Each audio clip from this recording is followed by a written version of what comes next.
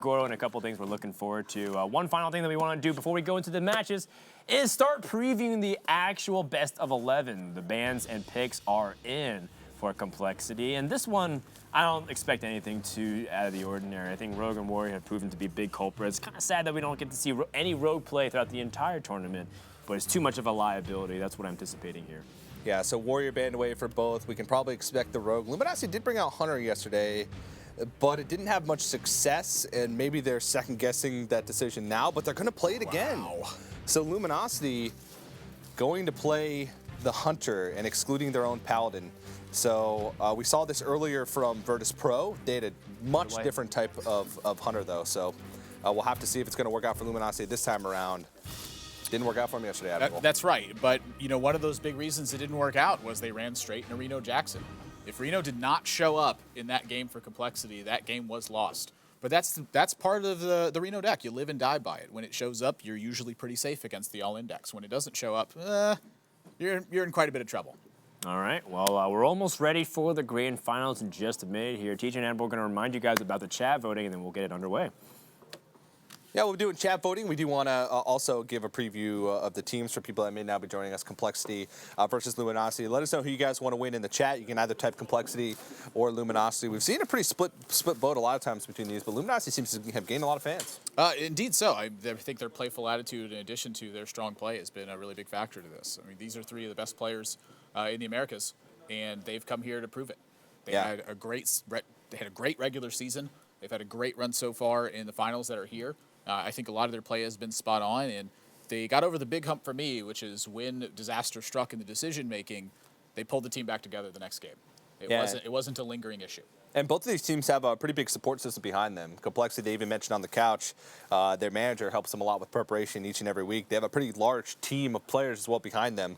Luminosity has also said Muzzy has been an instrumental player in the fact that he's been behind the scenes working for them.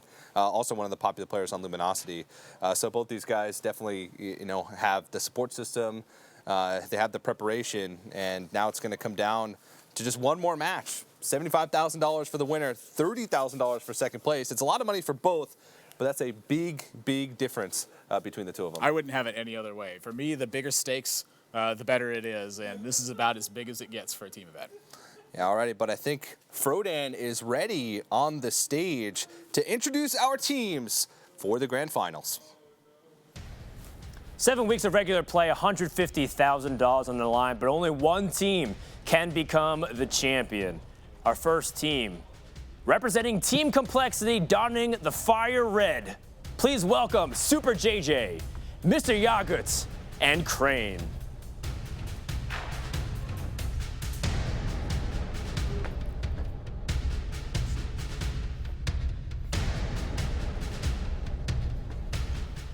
Their opponents, representing Luminosity and the Passionate Blue. Please welcome to the stage, Chalky, Zalay, and Frozen.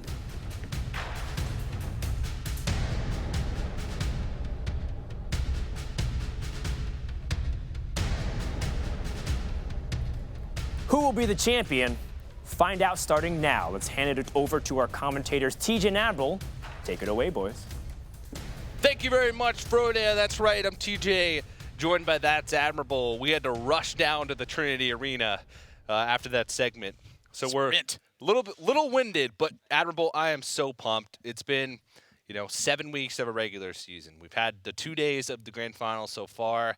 It's coming to an end, and I couldn't be more happy with the grand final setup that we have right now. And what a close match it's been for CompLexity the entire way. They continue to pull it out in game number 11. It's just looking so clutch. Now, against Luminosity earlier, didn't quite get the job done. They went to game number 11, and they dropped it.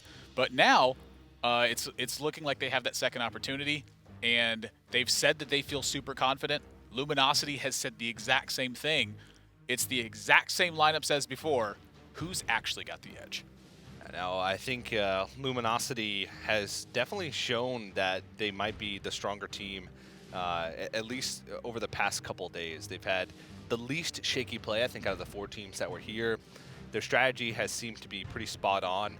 Maybe a little bit of offbeat strategy with the Hunter yesterday and now the Hunter now. But, you know, if they can find a place to take a win, if they can take multiple wins with the Hunter, I mean, that would be incredible for them in the series, because then it opens up those strong decks like Shaman, like Druid, which we've seen a lot of teams have success with this week, like the Priest as well. Then they're going to be in a great position. Teams are hyper-focused. Luminosity has also been a team that's been a lot about the memes, too. They've been very, you know, jovial, whimsical, however you want to call it, but I think it's going to be down to business for this because there's a lot of money on the line. The energy has been very different from both the teams as well. For Luminosity, they've started out having fun, and as the match gets closer to a close, they start to think about it a little bit, and they focus much more. For CompLexity, it's like they're very calm early on, just very focused on discussion, and as they start picking up more and more important games, Super JJ starts getting rowdy. He does, yeah. He gets, but he's on both ends of the spectrum. He gets rowdy when they start to win, but when they start to, you know, have poor draws or get a little bit unlucky with some of the things that happen in each game, he's the first one to start complaining, and sometimes that could take a hit. Even if Yagut and Crane, you know, stay silent during that weighs in. It's sort of like a heavy presence that goes over your team and can be hard to get over. Looks like Luminosity, you guys in the chat seem to think that Luminosity is going to take it, but we're in game number 1. It's Freeze Mage versus Paladin. CompLexity, once again, predictable with their opens, but they've showed time and time again that Paladin can take wins in any situation, and they're not too upset with losing that first game with Paladin. Yeah, and this matchup is a really interesting one to me because both of these decks play a fairly similar style where, for the most part, they're trying to simply control the opposing board pressure, draw lots of cards, and get to their strong endgame turns. For Luminosity, that's Alexstrasza into lots of burn spells. And for CompLexity, that's anything can happen once a bunch of Murlocs are dead. Now, two of the factors for me that I look at is one of CompLexity's most powerful cards is actually not that good in this matchup with Finja. That card usually just doesn't have a lot of targets to hit in the matchup, and as a result, it's tough to get value from it. On Luminosity's side, Alexstrasza certainly loses a little bit of its potential power with Forbidden Healing on the opposing side. So I'm curious what the big effects are in this matchup. I haven't seen a ton of this mirror match. I haven't really played a ton of this mirror match. I'm going to kind of watch and enjoy. I imagine cycle for both teams is probably top-notch priority.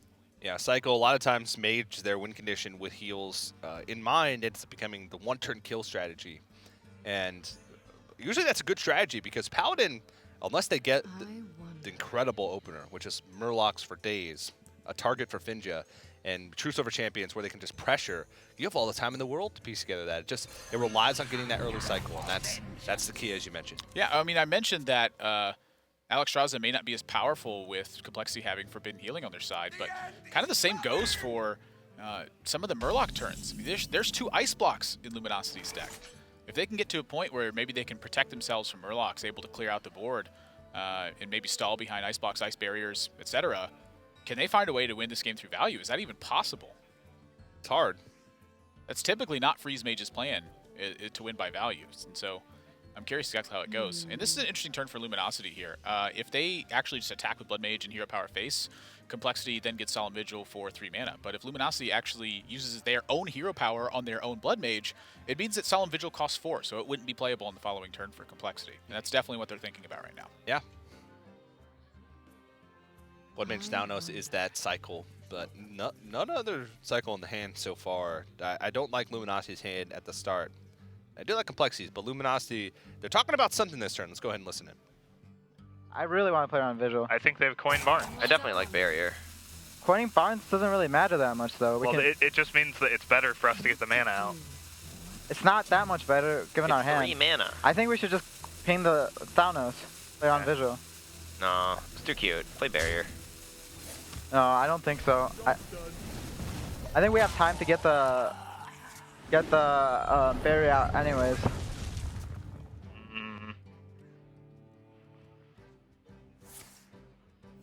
Dun dun dun dun dun dun. Tonight, a tale of true terror. Oh yeah. I didn't say anything. Huh? I was waiting for the light, but Yeah. It's the only card which is good from it, right? yeah. Nova Doom. I do like ping Doomsayer. Yeah? Yeah. Well, like, how do they kill Doomsayers if we Nova with it? We can save that for, like, Finja, maybe? Okay. Right now they can just true silver. It's pretty bad. Yes. Being Yeah. So we can just barrier. I like that too. Yeah. I mean, like, it's yeah. Okay. it stopped. I really think that stopping them from visualing is like. Yeah. Okay. It didn't cost us much in this Yeah. case, so it's fine. Okay. We don't need to talk about that anymore. Mhm.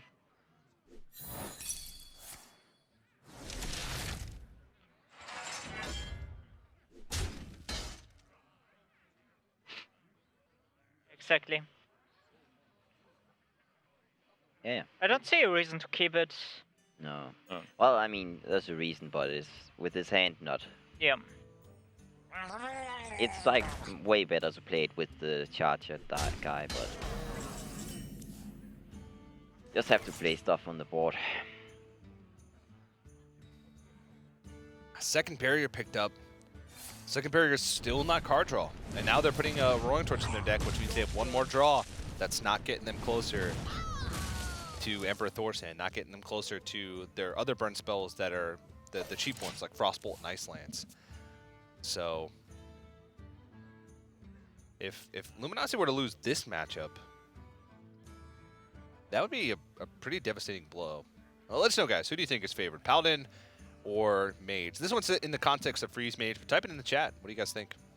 Yeah, I am a little bit curious about how much time Luminosity has to get to this point. I mean, it doesn't feel like it's that hard for them to get out of a spot like this, but they do need to find some card draw, or they just need to find a ton of burn spells.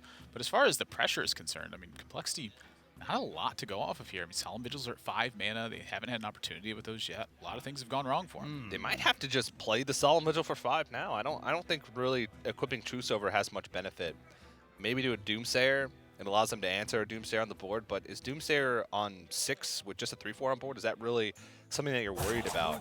You have double Solemn Vigil. Are you going to get a chance to clear the board and be able to Solemn Vigil after? I don't think so. Yeah, I think one of my instincts is that Luminosity either wants to use Frost Nova Doomsayer on a turn where the board state's very wide, or they want to use Doomsayer to stop CompLexity from playing a big 8-drop. I think those are the two big keys for them right now. But let's listen to Luminosity because their turn's looking a little tough. Think about it a bit. And then they have an Emperor turn. They don't play that. They have Sylvanas. We don't know that. Play, We don't. They don't play Sylvanas. No. What? I was thinking of their Druid. Yeah. They have anything at 6? They have Ivory Knight? No, right? No. No. 6 is very weak for them. 7's weak. They got 2 8s. Alright. Yeah, 8 is when pressure starts coming, and if they have more Murlocs. We know they don't have a War Leader. They would have done it last turn. They top deck that. So that's a 3rd Murloc. Yeah. Pretty gross. It's getting pretty gross. We kind of want a Doom going into 8, right? Yeah, on 8 into 9. They already used coin. No, we want a Doom going into their 8. Okay, so I want draw. a Doom going into our Alex. Is that too greedy? You're right. Maybe that's too greedy. That might. We'll see. Like, there's merit to that too. Okay, so this turn. We're gonna Draw, ping. Draw. Yeah. So what do we want to lead with? Arcane Int. I want to make it look less like we have Nova Doom, right? Okay. That's just a better draw card. And then draw. Yeah. I hope you like my invention. Yeah, I mean, us going Nova Doom on 8 disrupts their 8 and sets up for our 9. It's the same thing. It's perfect. That's really Yeah, good. yeah, okay. That's really good draw. It's just perfect. So we get to go Frost, Doom, Block, I think. This is a Solemn Vigil. Vigil. 3, 6, 8. Yeah. Can we just choose silver him? Yeah, Oh, choose a actually, Blue-Grill. Bluegill. Probably Bluegill. Oh, right? yeah. Bluegill is 4. Wait a second. If we, you have a problem if they Nova Doom, right? We should think about that. Yeah, then it's better to keep Blue-Grill. We also have two true silvers. I think. Yeah. Yeah, sure. I think we should just choose silver. Hit all to the face. Yep. We probably can play this Bluegill before turn 10. Like, I think turn 10 we should probably just slam this anything or something. Ping block. I think the Doomsayer is pretty good this turn, right? Frost Nova, Doomsayer We block. could go Blizzard Doomsayer instead. Is there any reason to do that? No, we want to get the block down, right? Yeah, we need to empty our hand a little bit. Yeah. I like the Frost Doom. What do you think, Soy? Yeah, we're thinking Frost Nova, Doomsayer, Ice Block. It seems like the play. Let's take our time though. We're not in a rush. Yeah. Okay, so our alternative is block Acolyte Ping, where we could get into risk of overdrawing, and that's pretty bad because of how favorable the matchup is. It's not too bad, but yeah, I know what you're saying. Our other option is Blizzard Doom. That's also pretty good. Well, this is like the best Doomsayer because it cuts off the 8. And they have want a to have Tyrion. They don't want a Light Lord this turn. Right. But So do we want to Blizzard Doom or do we want to go Acolyte? no, Nova and Block. I like Nova Block Doom, and then we Alex them if they don't clear. Yeah. Yeah, getting out Alex early is just a card out of your hand. Yeah, it makes them worried. They have to use their healing on that. I really like what Frozen says there. Alex is not a main part of the win condition. It can be if they don't have heals, but it's a card out of your hand. It makes it so you don't have a clunky 9-drop, and it also, you know, puts that fear in your opponents. It's going to put the fear in Complexity if they're able to get it off. It doesn't look like they're going to go with it now because they said if the board is clear, getting an Alexstrasza out is good, but they might have to rethink that now since Bluegill and True Silver Champion will most likely answer this Doomsayer. That being said, I do think that Luminosity has a pretty fantastic set of turns coming up with Alexstrasza. When this Doomsayer gets killed here, I'm curious if Luminosity still feels like they want to Alexstrasza in this spot. They'll be staring at 14 damage available on board and Complexity at 9 mana.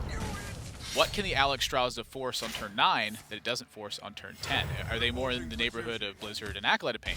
But if they do that, that means the Acolyte of Pain is tough to get value from with your hero power at that point. True Silver's just going to hit it. So it feels to me like Alexstrasza is the play here, and if they don't have a reasonable push, use the double Blizzard to try to buy time after. Yeah.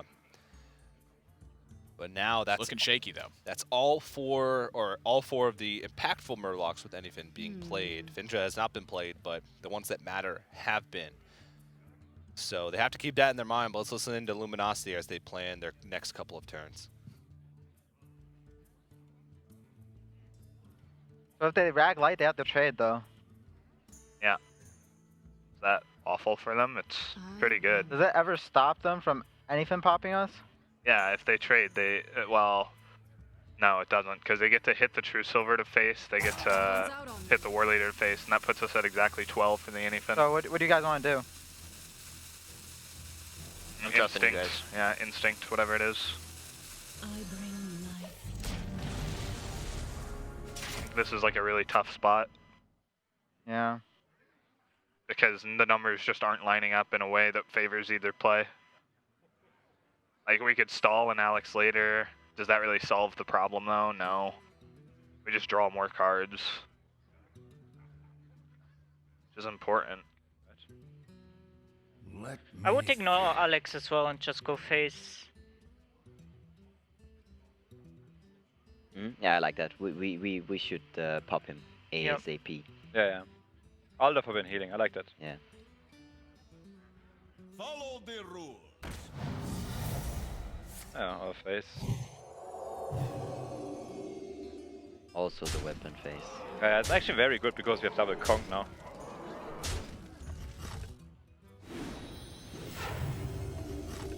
Wow.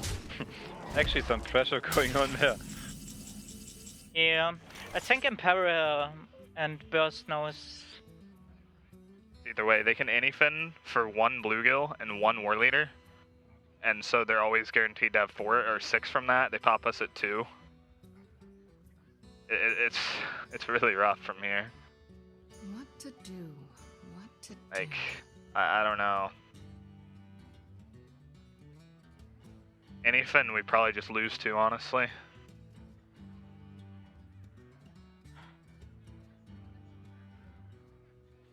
Okay, so if they don't have it, how do we win? It's a good question too. You probably Acolyte Ping and Unova. Speak to me. Well, you could just start hitting their face. No, that doesn't work ever. have to hope that they don't have a... Yeah. Yeah, that goes face. Yeah, this is looking really good for Luminosity. You can just hear it in their voices. But I like how they're thinking about it. You know, they're going through how do we win. They go through how do we win at worst case scenario. If the answer is we can't win, then how do we win if they don't have worst case scenario? And the answer is still, I don't know. Well, the Forbidden Healing was a huge draw for CompLexity. That was just the perfect card at that time. They would have had 19 life to play with if they didn't draw either Ragnaros Lightlord or Forbidden Healing. And so the recognition from the Forbidden Healing that this was the time to just simply start pressuring was just perfect for CompLexity at that point. Not only that, but the Blizzard's just been dead. They're just not even that good in this matchup. Yeah, and CompLexity's going to go ahead and use the Consecrations here to clear through. This also clears the board, and they still have anything to get through should their board be cleared next turn. So this looks like Ice Block. Gotta be Ice Block. Gotta be Ice Block, and then I don't even know how they went from there. This might be close to a checkmate situation for... So say they drew an Ice Block there and they drew Ice Lance next. I believe that's their maximum damage because they'd be able to get Emperor down this turn. That'd be 3 from Fireball on terms of mana, 3 from Kobold, 2 from Forgotten Torch. It's 8 mana, 1 from Frostbolt. It's 9 mana, 1 from Ice Lance. That would be 10 mana. How much damage would that be? 3, 9, 10, 11, 12, 13, 14, 15, 16 plus 8, 24 damage. So there's no way for them to win.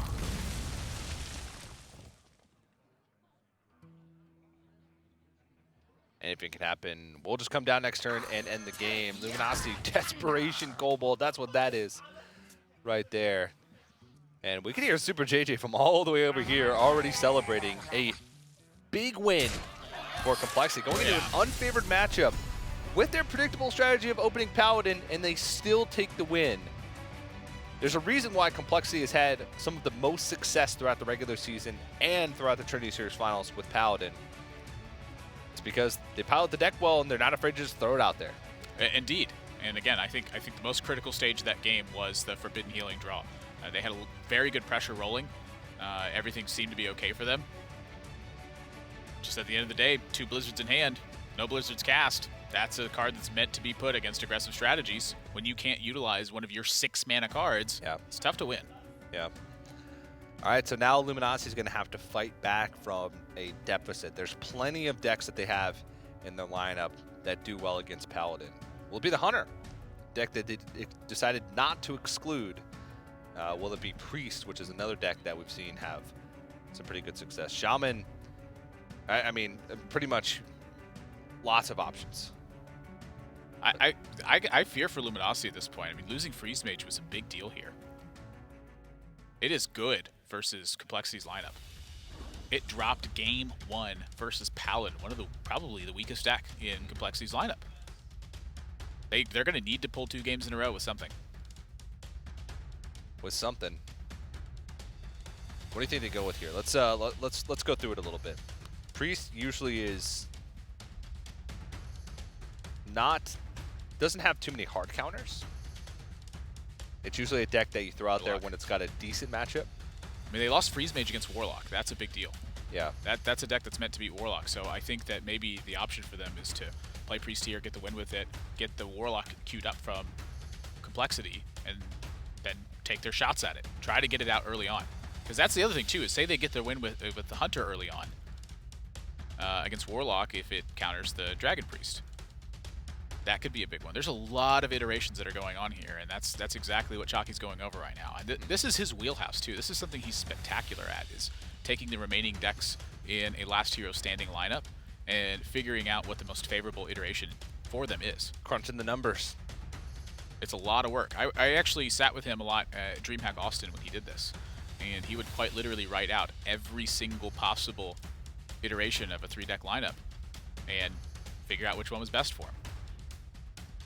You can hear him in the last match. He's saying, well, the numbers don't give us a play. Like, he trusts in the numbers. Percentage-based player. Whatever you want to call him. And that made all their turns in the last game really tough. So now it's about finding what's going to be the best option to counter this Paladin. I mean, they were hoping that they were just going to take a win and not have to worry about it. There's a good chance that they predicted this opening match assumed that they would win with the Freeze Mage and planned out their strategy from there. They said on the couch earlier, they were hoping they matched up against CompLexity in the finals because they had a game plan. Maybe this ruins it. I mean, it looks like the matchup they would have wanted to me. That's a tough one for CompLexity. They drew all their Murlocs. They drew Anyfid, had the right pressure. The Barnes was a big deal. Picked up a card draw. Both True Silvers, Forbidden Healing. Those are pretty much the key cards. I think the rest of your cards could do nothing, and those will get there sometimes. But this is tough. I mean, just look at the way Chalky reacted there. I haven't heard a single meme from Chalky yet. They got to save that power. They have to save the power. We heard yesterday, Luminosity's team chant has become the Totem Golem Ruh. Which is kind of fitting for these guys, but now it's all seriousness. You can tell. What is Shaman here? They could play Shaman here. Shaman is a deck that most teams have been using early because it's probably one of the decks that has the biggest potential of taking multiple wins. But they actually go with Druid. This is actually not one that I expected to be the choice. But oh wait, no, they're playing Malygos Druid. That's right. They're not playing Jade Druid. They're playing Aviana, Kun, Malygos combo Druid. Their main goal is to ramp their mana, draw a ton of cards, and then deliver 30 bursts from hand. This is actually a great matchup. Yeah, it's real. That's the thing about Luminosity's lineup is it's very combo focused for this Trinity Finals, and that's a big deal for them because all the other teams have come prepared with relatively slow lineups. Almost every single other deck is some sort of mid-range to control deck, and when that's the case, combo decks thrive. The way that combo decks typically lose their foothold is when they're against massive amounts of pressure. That's the one benefit Freeze Mage has as a combo deck is that it's pretty decent at fighting off pressure.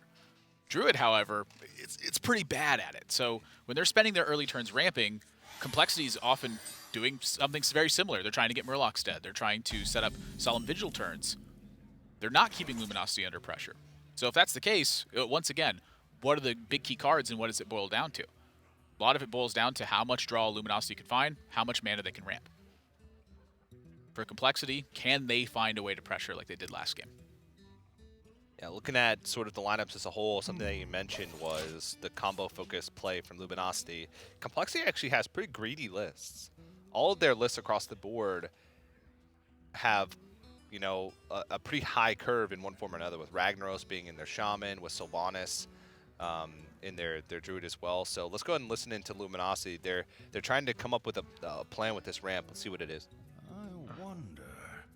It only makes sense then to innervate exactly. It could be Bluegill, honestly. I would keep a Bluegill. You could play the Bluegill Innervate Mire. Yeah.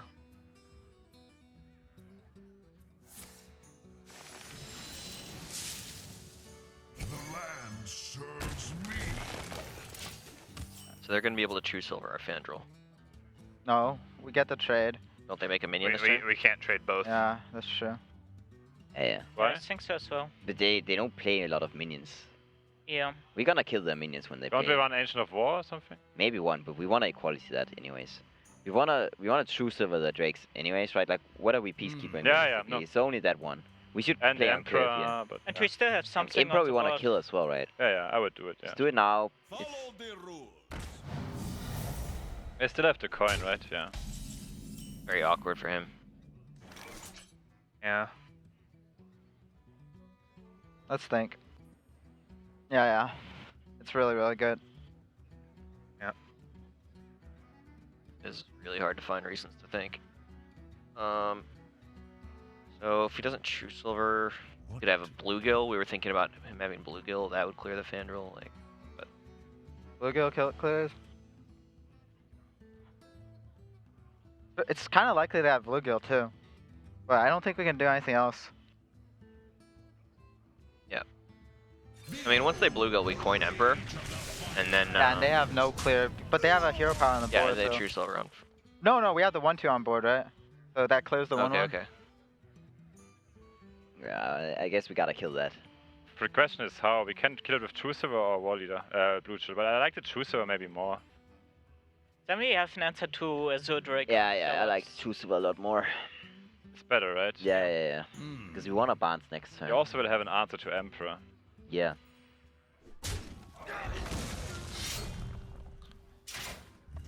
players thinking through their turns. One thing I've noticed, and we've talked about a few times throughout the past couple of days, is Luminosity's ability to read hands has been second to none so far. I mean, you could say the same for CompLexity. It just feels like every single time they make a play, they account for something just like this. Yeah. It'll also allow us to kill the Emperor. Of course, it means with the Bluegill Warrior alongside it.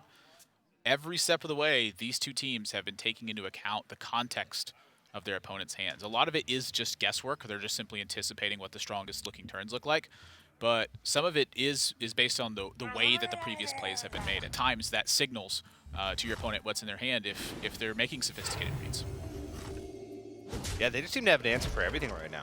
If Ancient of War comes down next turn on 6 because of the reduction, they have Aldor Peacekeeper plus an Acolyte Pain on board that they can just bump into it.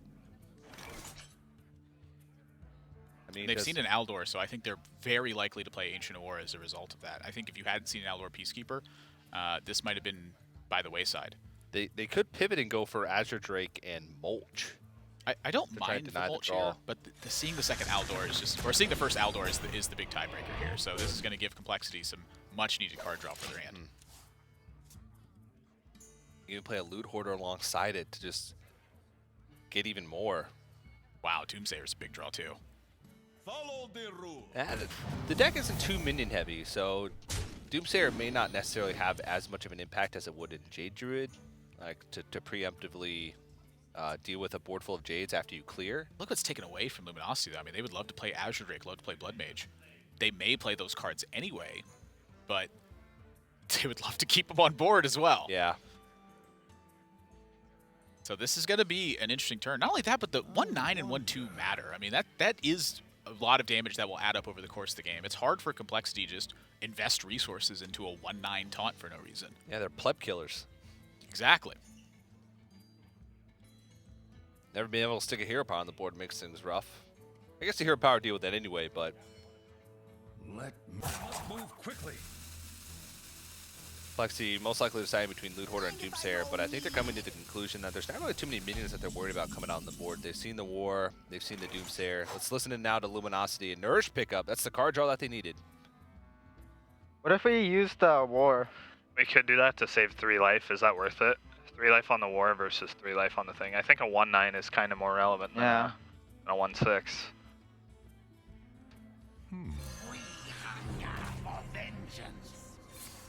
Our face isn't under too much threat, right? Yep.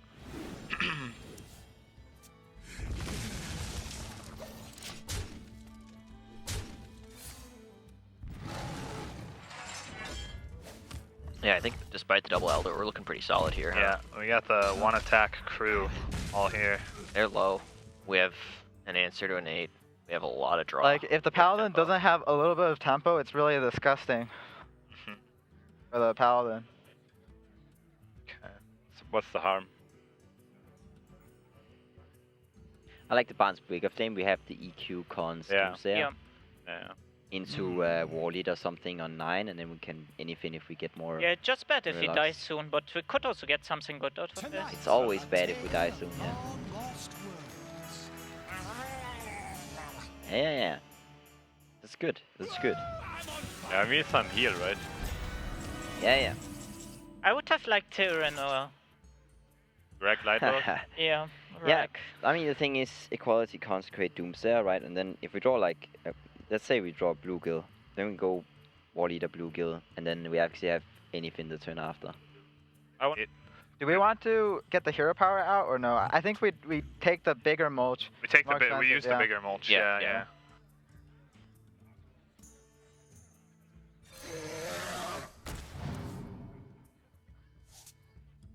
And then we value trade the 1-2 Yeah. Right.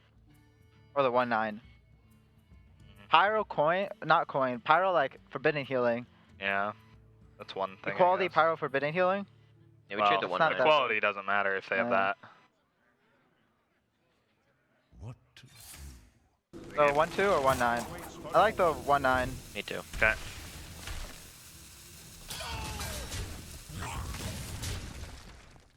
This 1 damage minions, the 1 damage crew, as Luminosity said it. They're starting to chip away 13 health complexities out already. They have some good turns lined up, as they mentioned. Quality Consecration into Doomsayer, comes to mind. They pick up a Grime Street Enforcer. Yeah, it's a 5-mana 4/4 at the end of your turn. Buff all minions in your hand +1/+1. Great arena card. Jackie would know that. Friendly Bartender's his favorite.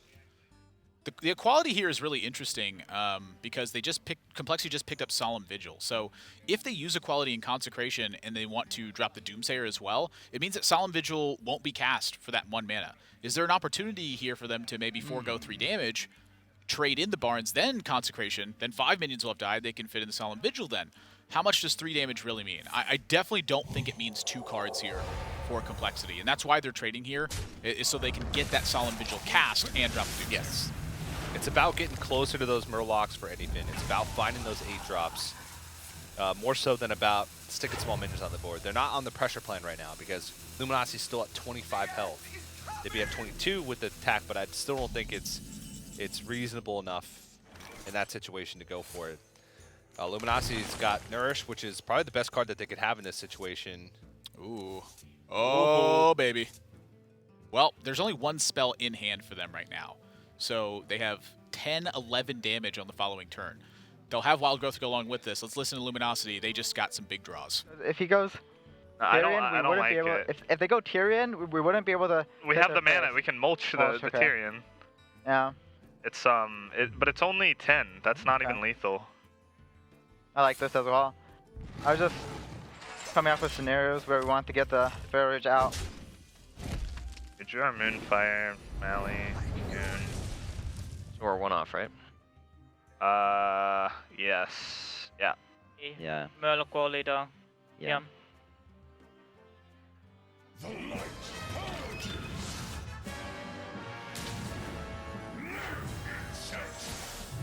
We just need to not die. I mean, it's not lethal, right? It's a lot. Yeah, it's 19. We're 1 off again. Are you? Oh, we missed the hero power now? No, we I think we go. Are you sure we don't have it? 5, 9, 19, 20. Ooh, it might be it. It might be it. I think this is it. I think so too. This is it, yeah.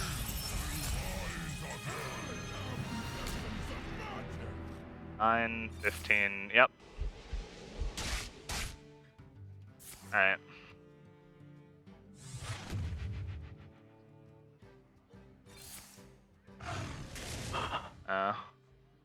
My bad, wasn't doing preemptive math.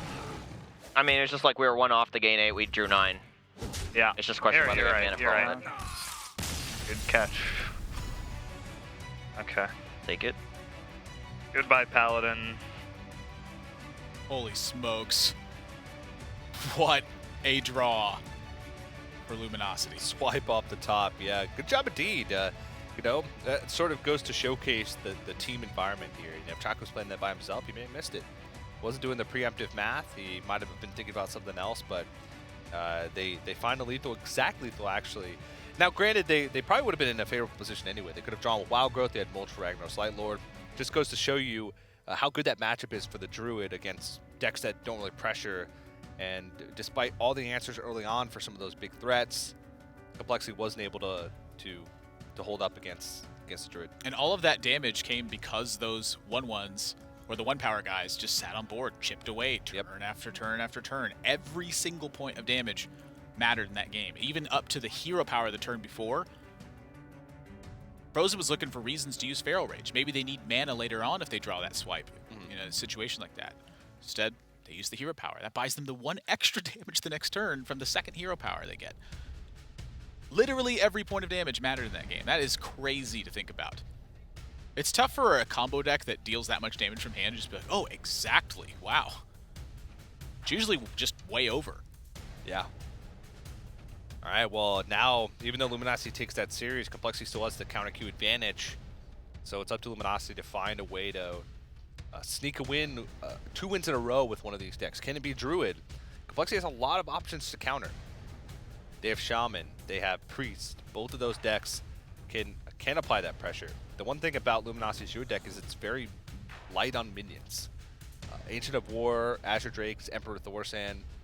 Those are really the only minions that you play onto the board. There's no Jades. You know, they save Kuhn, Malagos, and Aviana for that combo later on. We did see the Luminosity yesterday, or maybe the day before, stick a Malagos onto the board against Shaman after the hexes were used, and they just continued to get value of that Malagos, whether it was removal spells like Wrath. You know, the 4 damage from the Malagos just continually chipping away at the health total and at the minions. They were able to piece together a win. If they can pick up a win in an unfavorable matchup, I mean, the sky's the limit for their lineup, as far as I'm concerned. Right now, they're going to have to get 2 wins in a row at some point. If the matchups continue to trade back and forth, CompLexity will win the series that way. Luminosity has 5 decks left. Now CompLexity has 5 decks left, but they have queued up a counter into this Druid. Their goal is to get some pressure down here and really put Luminosity to the test. But another way they can do that is with Mana Tide Totem. A big factor in this matchup is, can Luminosity actually defend themselves against CompLexity's Assault? The answer to that is soft yes. They have some defensive minions. Ancient of War definitely can be a brick wall, but if CompLexity has a lot of card draw from that Mana Tide Totem, it means they're going to find their hexes. They're going to find Flame Tongue Totems to use up the small board position. They're going to be able to find backup for Eye of Blackpaw. I think that's a key thing to look at this game, is CompLexity's pressure is probably just going to start with Mana Tide Totem. May not seem like pressure, but card draw is a form of pressure. Let's go listen in to Luminosity. There's a lot of discussion going on over there. Let's hear what it is. Kind of like it, but it's still like not. I think idle, but I don't know. Like, I mean, they wouldn't coin Portal. Like, how relevant is chip damage? They would coin Portal. Yeah, or they'd pass and Portal. Both. Let me ask you, how relevant is chip damage in this matchup? Not very relevant, but no heal. It's very relevant to clear their Trog when they're going second. I like Roots. 9 the Trog into Coin Feral. We don't beat Trog into Coin Feral. Okay.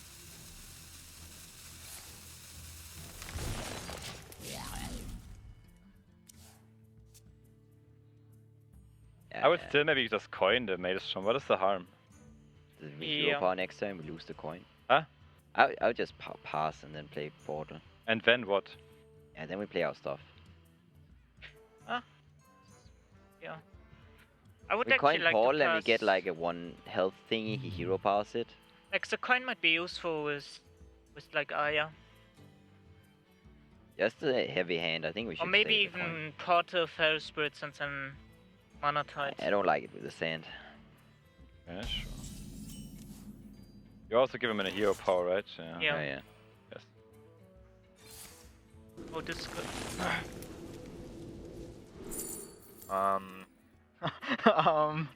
The Savagery is good with future Feral Rages. Is Soul of the Starfire gives Forest us a ever cycle. good?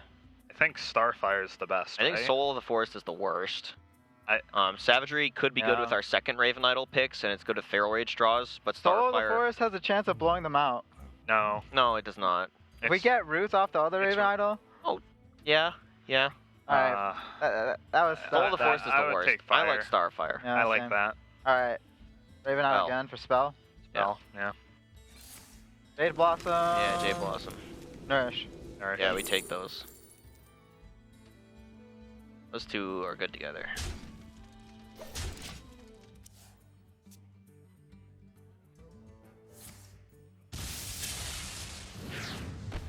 That's not even bad, right? Because of swipe later on. Okay. I don't mind it too much. We should play the Feral Spirits next, right? And it also works with Flame Tongue, maybe. Yeah, it works with coin Mana Tide. Dragon Egg, not too bad, but Luminosity's got the tough turn here.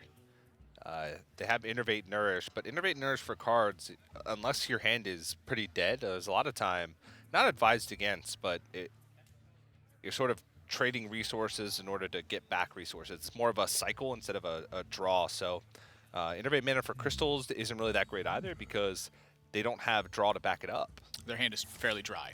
One of the things I like here is I actually like drawing cards with the Nourish, because it means that they can hit Mire Keeper, and it means that they can hit Wild Growth and continue that acceleration. They're ramping for crystals here because they have Starfire, so they're actually relying on sort of the raw, natural draw power of their deck to get them through this turn. They're expecting CompLexity to have something significant to play.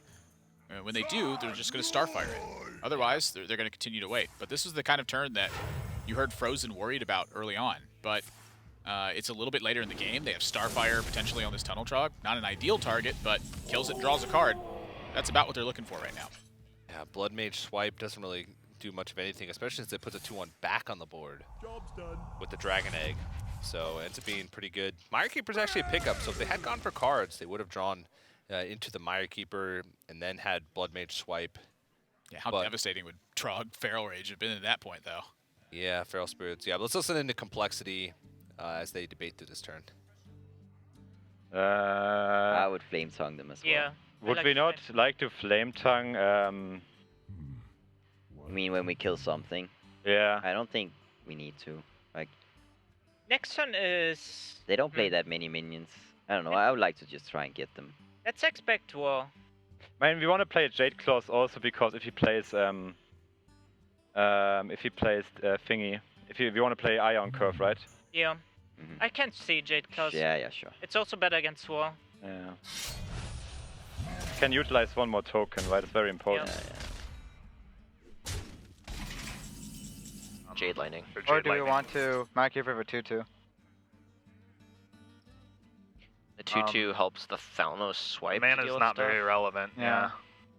It was like one of the rare Yeah. situations where I kind of like. I like the 2/2 as well. They could go. The 2/2 kind of. Okay, so he run. They're leading into 4 mana 7/7 as well. Remember? Oh, we mulch for We that. have mulch. We're Yeah, fine. that's what I'm saying.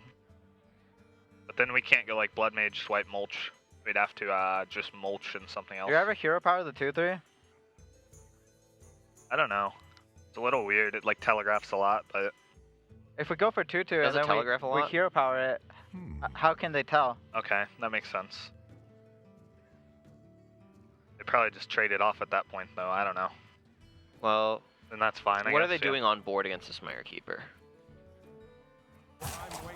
They're gonna go claws They and Jade 1/1. Lightning and claws. Claws 1/1. Well, if they have 7/7, they go claws 1/1 into 3/3. Right. 2/2? Yep. And then hero power the 2/3? Sure. I think so.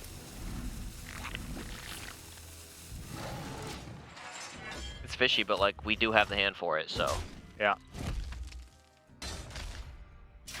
Something like that.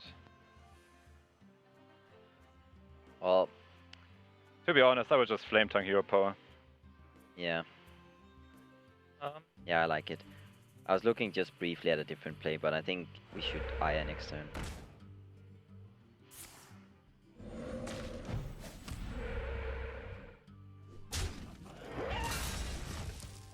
Wow, this is interesting.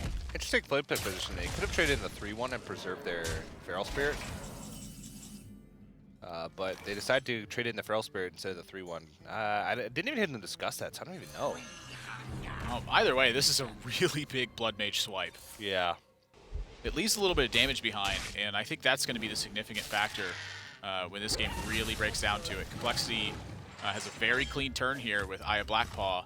Luminosity, the mulch does not really answer Aya Blackpaw as cleanly as they'd hoped it would. No. And Ragnaros is in hand. This is a lot of damage that's piling up. Yeah, the Jade's still relatively small at a 2/2, but Aya really ramps that up quickly. Now, if they're able to pick up some form of draw or something to couple with the Guardian Auctioneer, Luminosity could go off this turn.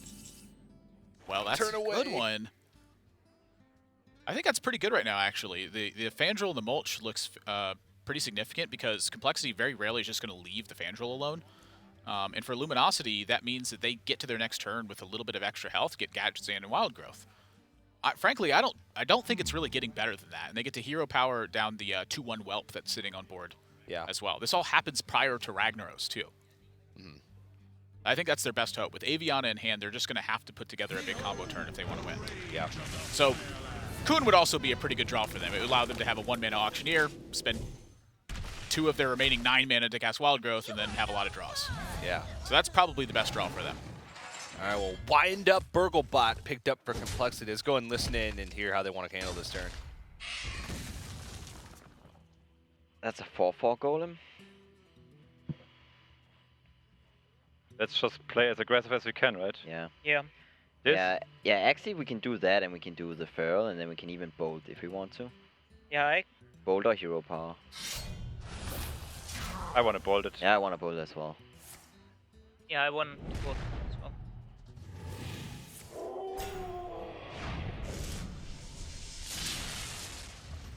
Eh. That's up Leafer. Sure. Exactly. So we gadget Wild Growth. Yikes.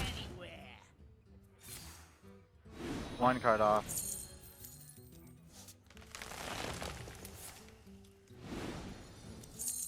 We only have one Vate. That's the Vate. So Vate first, you have to hit Feral. What? That work? That should work, right? Moonfire first? I would swipe first, right? Oh, you want a Moonfire first for a Fail Rage? Well, we have no more Vates. Yeah. Is Fail Rage better? Either one, you have to do one. That works too. That doesn't No, really no, work. no, it doesn't. No, it doesn't. You have to swipe. Okay. That was our second swipe, so. They're on 4 mana, so 4. They're at 18. Like, there's really no way we kill them though, right? So Jade Lightning, second Flame Tongue. Yeah. Even if we don't kill him, maybe we could just like set up an Ancient War. Vate, We could get Feral Rage. Yeah. We used one Wild Growth, we drew the other. Alley.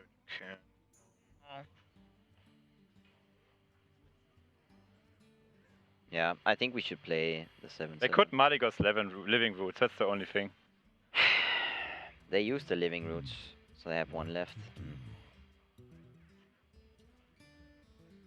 Do we ignore this Skatitsan, by the way? Oh. Oh, that's also interesting. Probably But then they can get Hell Rage. Yeah.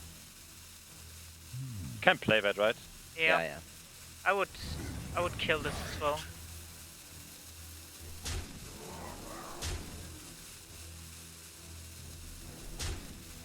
They have no more swipes, right? Alright, go. My winged children fill the skies. Do you just do it for do you nourish? Do you nourish? Yeah, I think you nourish. For what? For Feral Rage. What about Wild Oh, we Growth? can't Feral Rage. What about Wild Growth? I don't know, we need to do one of them though. Go Wild Growth, I guess, yeah. It makes some sense. We're not that on board and they didn't have damage, right? So we Wrath either way. Alright. We Wrath for 8, right? And then we Nourish. Like, we have to kill the 7/7. They didn't have lethal last turn. They have to top deck it this turn. Okay. Right? So we draw 3 Malagos. We draw 3. Hero hit Power doesn't Moonfire, save right? us. Oh, no, we don't have any more. No. We've got Roots, but that doesn't do anything. Okay. Got Is that better? No. Right? They have Hex. Hex kills us then. I think he just Mally Wrath, right? Yeah. Wrath for 8. Man. Did they play both Jade Claws already? Yes. Nothing kills us for 2 that doesn't for more. I mean, it's just stupid, right? Nothing you can do.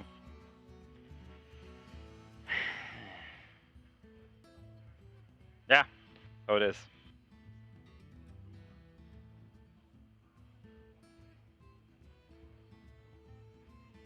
I think we gotta try to hit a Taunt Totem here and then just play our minions, 2 minions. Yeah. We're just dead on board. No. Huh? Not? No, we're not dead on board. Of course, no, not now. Yeah, but we are very much dead here. I mean, this is just like, yeah, 2 times in a row, right?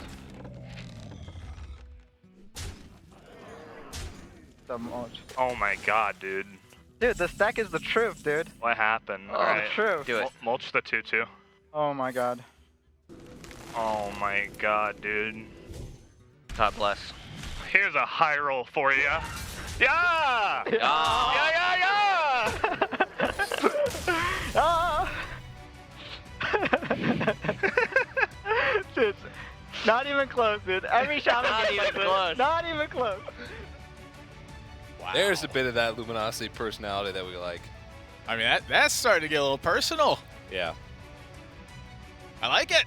It's It's like Rexar, it's a bit rude. They sort of stole that game right from under CompLexity's nose, because that was I felt like there was no chance for Luminosity. The overload just hurt so much of what CompLexity's game plan was. It seemed like every single turn, like 1 min off, 1 min off, 1 min off. Ragnaros overloaded on the natural 8 for CompLexity, and then overloaded on the following turn. Jeez, I mean, that's brutes. Yeah, that's pretty brutal. That's the 2 wins that Luminosity needed. Now they're back in the lead. And if that's the best counter that CompLexity had to the Druid, what next? All 4 of these look like they could potentially be soft to the Malagos Kundruid. Every single one of these is vulnerable to from hand burst. Priest Mage, Reno Lock. I'd say Dragon Priest would probably be the one that they have to go with here. I agree with you. And if they lose with Dragon Priest, then they're in a whole heap of trouble. They could go with the Druid. It's set, mirror matchup as far as class concerned, but way different playstyle as far as the game is concerned. One is trying to just draw as much as possible to their combo and ramp, and one is trying to ramp with their Jades and build up a big board. So they could go with the Druid. That is a possibility. I think that Druid, I think Jade Druid into this Druid is one of the reasons that Luminosity brought this Druid to the table. Is it functions very similarly against the decks that Jade Druid's trying to beat, but in that Druid mirror match, the Aviana combo's got the big advantage. Yeah. All right, so here we go. Getting into it. Game number 4, Luminosity. Can they keep the run going with this Druid that's garnered so much success for them over the past 3 days? With a Dragon Priest from CompLexity, be able to put an end to it. This is a big game. If Luminosity takes this, I find it hard to believe that CompLexity has much of a hope of winning this series. I don't want to call it that early, but that's how grim the situation's looking with how their remaining deck lists. Yeah, it's definitely not impossible to win. I mean, look at the match we just saw. Yeah. That was not a favorable match for Luminosity, yeah. And they just had the right tools at the right time, and CompLexity, their draws at the end were not spectacular to say the least. Yeah. And game just fell apart. Yeah. This matchup is going to be a little bit tougher for them. CompLexity draws the dragon on turn 1, and that's big. Their curve is now so sick. That is a really strong dragon draw, and there's no ramp in Luminosity's hand, so this one's going to look tough. I heard over there, Vates and Gross. I heard it. There, of the course, Muzzy chant. The Muzzy chant is Vates and Gross. And the Spirits and Luminosity are starting to get up a little bit. But this is a tough matchup because if Dragon Priest gets a good curve, it's hard to stop. The deck's full of removal, but Druid removal does not line up well against Priest because with 5-6 health minions across the board, the ability to buff them up with Power Shield Cabal Talon Priest, it's hard to match with swipes and Wrath. Let's go ahead and listen in now to these teams as we get into some of these early turns. Oh, it's super bad. Yeah, I would take Onyxia probably. I don't like the web at all. I think it's too small.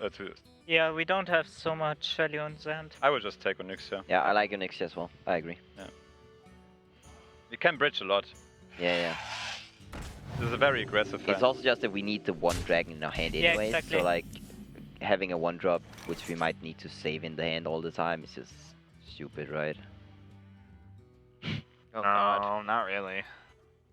Well, what's the alternative? Like, it is a tempo play, Yeah. but it sucks a lot. Like, we're not going to get to mulch next turn. I kind of see what you're saying. I kind of like it. I think we have to mulch. Okay. Hope What if they we play brick. Falnos? Falnos is like the other play, I guess. We can't mulch next turn. Like, No, we can't. we really can't mulch. We're next going to turn. go Coin Nourish, Thalnos probably, or Hero Yeah. Power. So Nether Spike card, Mulch card.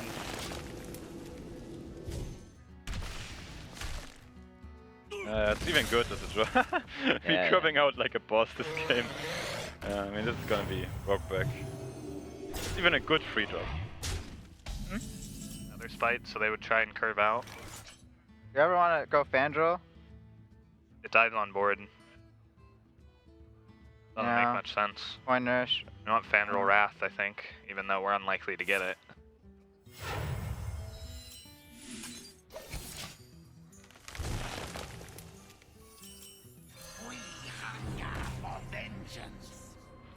Oh, imagine we had a wild growth this game. I don't want I don't want. Draw, Yeah. double drop, and trade the 1/3. Yeah. Let's go, yeah, good. I can't do anything against this, right? Nope. Hopefully not. This is the reincarnation of Burbank. Yeah. War is probably the worst here. Light Moonfire. Moonfire is good with Goose in 2 turns if we can save it. Well, we're gonna have to go Aviana, Kuhn, Auctioneer, Malagos, big turn, boom, Yeah. boom. I think we just swipe Moonfire. We have to get there. Okay. We do need to get there. We are not on track to get there. Definitely not. There's always Jam Malagos on 9 if we can set that up somehow. Set it up by playing it. Well, we're You gonna mean be, having we're gonna be board that dead on doesn't that kill it? turn. Yeah, We're gonna be dead on that turn. If they Yeah, they are likely to be dead on that turn. Complexity's start has been no shortage of aggression. Both whelps, both agents,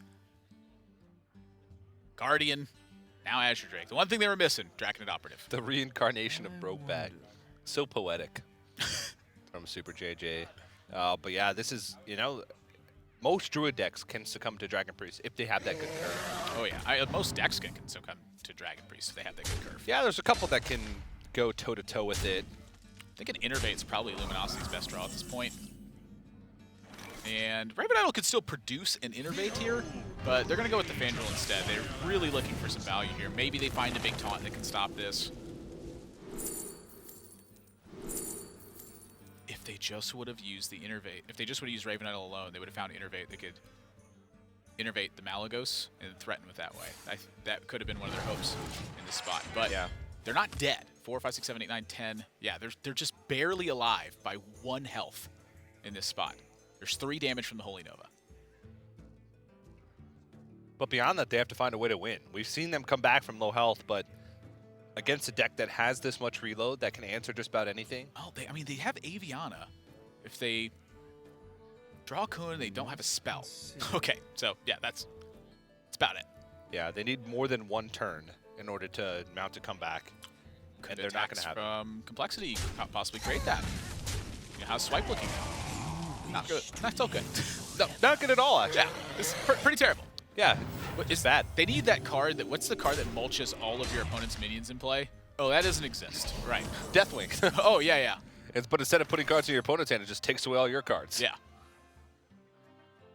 Second mulch, and the Druid will be put to a stop here by Complexity, it seems, but not after Honestly, taking 2 big wins. The best bet here is...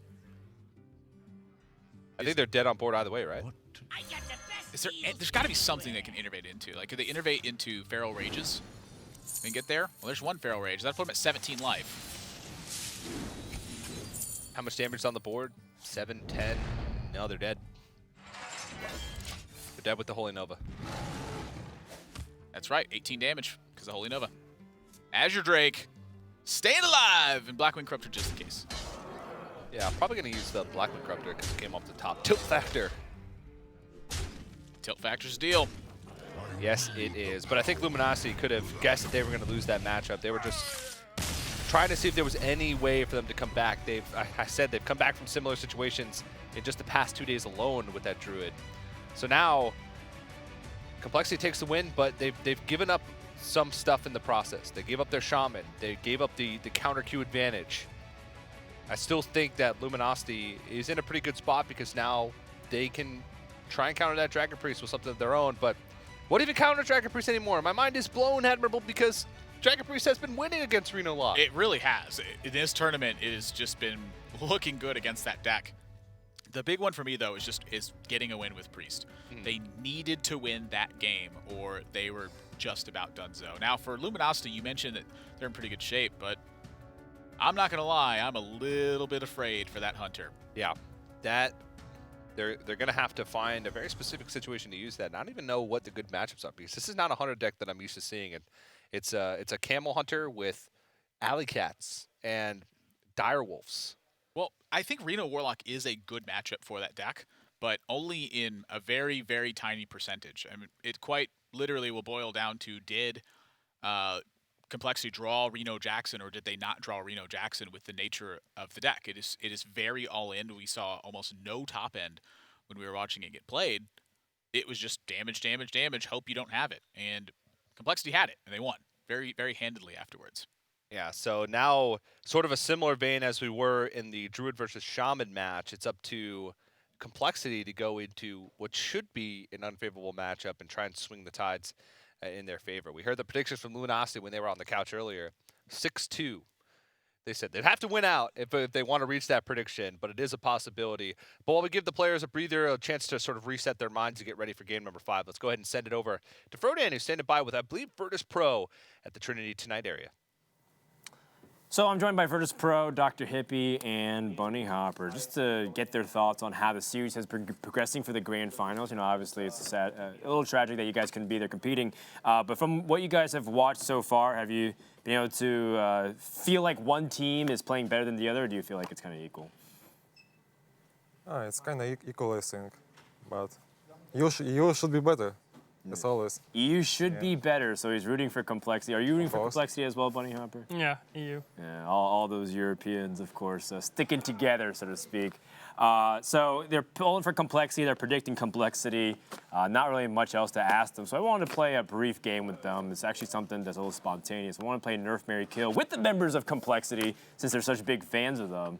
So Dr. Hippie, out of Super JJ, Mr. Yagut, and Crane 333, who would you nerf, who would you marry, and who would you kill? It's really hard. Probably I would marry Super JJ. Yeah? Super JJ. Yeah, I think he's pretty expressive and passionate, so I think it's a good choice. Probably nerf Crane. Yeah, he is definitely a person who could be toned down a little bit. But I don't want to kill Mr. Good, so I don't know. Yeah, it's kind of innocent, right? It's like killing a little boy. You wanted Mr. Yagut's so innocent. He's like Murloc Tinyfin of Hearthstone players. Kind of. Can't really touch him. Can't really touch him. Bunny Hopper, how about I giving you Luminosity, Nerf, Marry, Kill, Chaki, Frozen Zole. Kill all of them. Kill all of them? All right. All the NA players, get rid of them, just Europe Master Race. I like it. There you go. So, you know, guys, of course, if you guys have been enjoying the series, make sure to hashtag Trinity Series and tag along with us. We've been having a lot of fun. Virtus Pro finished in 3rd place. Team Liquid finished in 4th. And we're going to find out who's going to get the 1st place prize. Let's head it back over to TJ and Annabelle, because I believe the players are back in their seats and ready for game number 5. Thanks very much, Dan. That's right. The players are getting seated. Give them a quick little breather to try and reset their minds. But now it's go time. Time to get into game number 5 in just a few moments. And CompLexity has the Dragon Priest queued up. Luminosity has the options. Reno Warlock. Yeah, Reno Warlock. I think it's going to be... Although we did hear them say yesterday, when they were on Dragon Priest, that queuing up Reno Warlock would be a big mistake into Dragon Priest. Not sarcastic at all. They could queue up Hunter. Hey. It's not a very good matchup. No, not a good matchup at all. It's pretty miserable for Turns out Alleycat doesn't do too well against a Wormrest agent, but I guess Alleycat into Direwolf Alpha could. Or a Twilight Whelp. Or a Northshire Cleric. Or a Netherspite Historian. Now, against Life Tap, Alleycat's pretty good. They deal 2 damage to themselves. You deal 2 damage to them.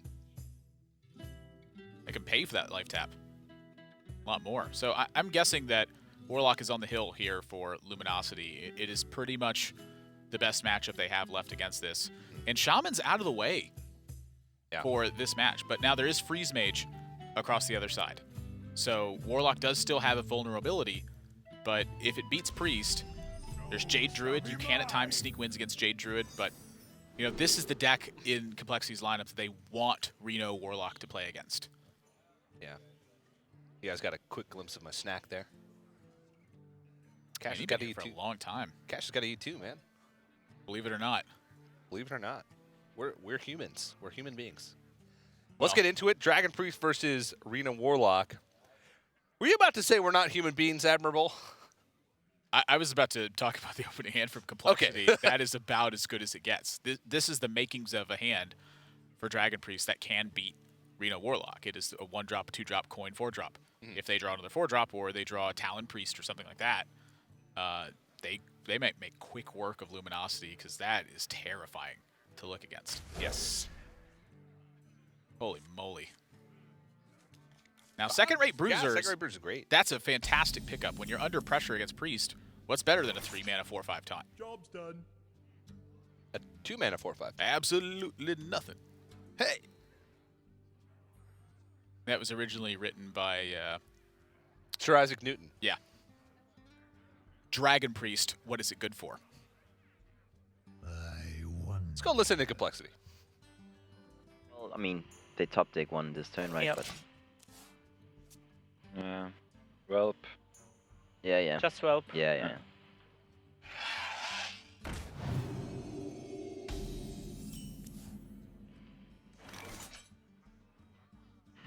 Okay. We can think a lot to spook them for Doomsayer and stuff. Technically. That way they play more conservatively into our non-Doomsayer. So many. How you want to mouse over that Reno? No, I don't think we need to mouse anything. I'm just gonna tap late. I think you should mouse over the Reno Yeah. and act like you want to drop it. Oh, like. Don't overdo it. Yeah, that was good. Nice. Master actors. But it's not how it works. Yeah. Yeah, agent. The question is whether we coin the thingy, but I don't think we do. But because we have same chance of getting the shield next turn, right? Yeah, Like, we yeah. can evaluate if we want to try to get a shield by Just- power word pain. By I'm just shielding. thinking of Netherspite because we don't have Dragon for this yet. Oh, very good one. And it's also better against Doomsayer. So we Netherspite? I think so, right? Yeah. Better against Doomsayer. Sure. Yeah. I like it. I mean, I don't care about the Doomsayer, but the dragon stuff is convincing enough for me. Once upon a time. Tuesday is the scale Or- nightmare, right? No, the Sorcerer. We have 2 powered shields in the hand. Wait, what? This? This is basically, we buff it twice. Yeah. Yeah, you're right. No. Yeah, good. Yeah. Calm your hands. No, I didn't want to pass. I was just... There's no kill on the board. They might freak out, paint it. Tempo play. That's up pretty well for Refreshment Vendor. Okay.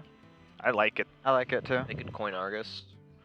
We They play didn't see, Argus? we did not see Argus at all from them. Okay. What were their tech cards in Priest? They had We Crusher. only saw 4. They had Crusher. We saw Crusher, We right? saw Yeah. Crusher, a Level potion. 3/5, a Nova, and a Potion. It's kind of likely they just have a second 3/5 because we saw that and we didn't see anything Yeah, else. it also protects our Refreshment Vendor. Yeah, they pain. if they Okay. pain. I like that's, it. That's why I like it. Okay. So they have another Spike card. And then they still have a card that they kept. Second card is the one they kept, right? Yep. And they have coin. This one up here. Got to spook him, Admirable. I mean, that's a spooky one for sure. Yep. They don't really have a good follow-up to this. They are just trying to bait out a pain if it's there, to make room for Refreshment Vendor to hit the board and really be a presence. Now, I don't necessarily like Luminosity's hand right now because they don't have stuff to fight back on the board for a while with Shadow Flame. But they do have tools to buy them a lot of time. Second-rate Bruiser, 3 minutes on the board is something that Priest gets as early as turn 3. So they're going to be able to play that and have a lot of flexibility. They do need to start fitting in some life taps, though. That's a big deal. Yeah, this is actually a pretty big threat here, too. CompLexity is playing this because they have 2 copies of Power Word Shield in hand. That's a big deal for that Dragonkin Sorcerer, that 3/5 there. It gets +1, +1 each time that you target it with one of your spells. Spooky. That would be a 4/11 afterwards. Luminosity, they've got to think about this. Why would they play this one if they had anything else? Would they take this one on curve just to fill it up? Does this mean they have Power Word Shields in hand? Oh, no. Oh, I just think it was going to happen. What? Why? Of course, you can vote in the chat. Can we get this poll again in like 3 hours when most of Europe's asleep? EU versus NA, the age-old battle. Yeah, well, NA stands for North America. EU actually stands for Eastern USA in this instance. So you guys are just You guys are really big on the East Coast. They want to rethink your votes. Represent.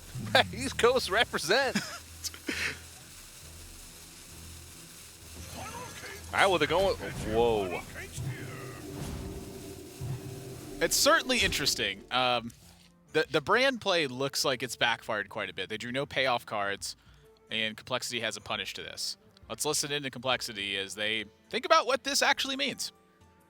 Yeah, just play the powered shield first. Yeah. Another one, maybe?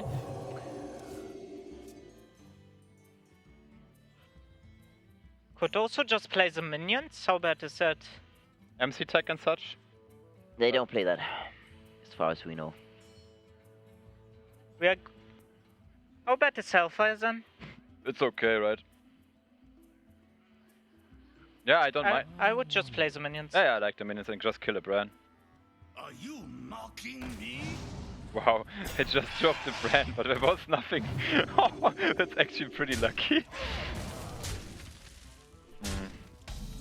They still... That makes Shadowflame better. Wait, why? Not really. We can't do it. Shadowbolt Doomsayer is one thing. Second rate Doomsayer is another.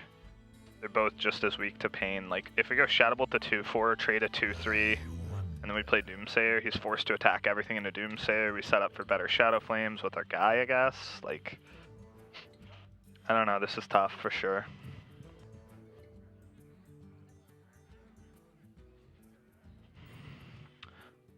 Like, we could just Shadow Flame now and just try and kill that next turn with Shadowbolt Coil.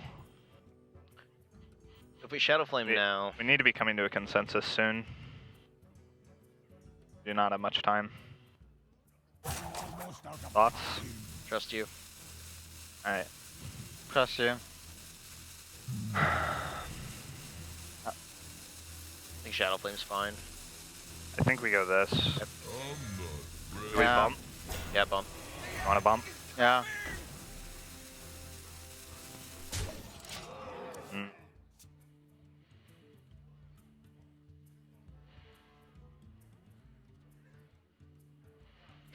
We should sacrifice our small minions, right? And save the 4 whatever.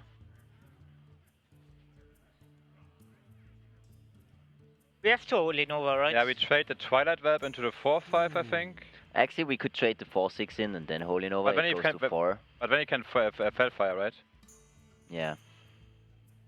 Yeah, I think. No, wait, we have to trade first, right? No, you can just Holy Nova first, right? Mm-hmm. Yeah. Yeah, I do. And now trade. Trade, yeah. Yeah.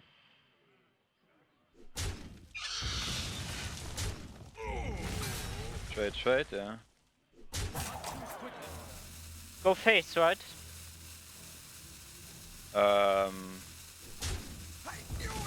I think so, yeah, I think so. I think so as well.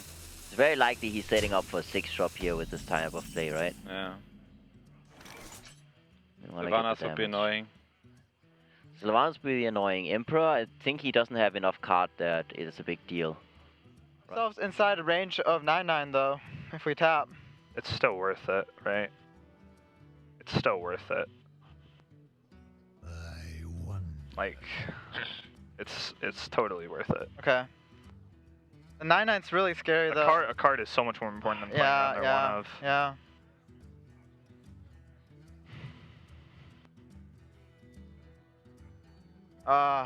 Yeah, it's worth it. Not like we lose to the 9-9. We have a lot of play.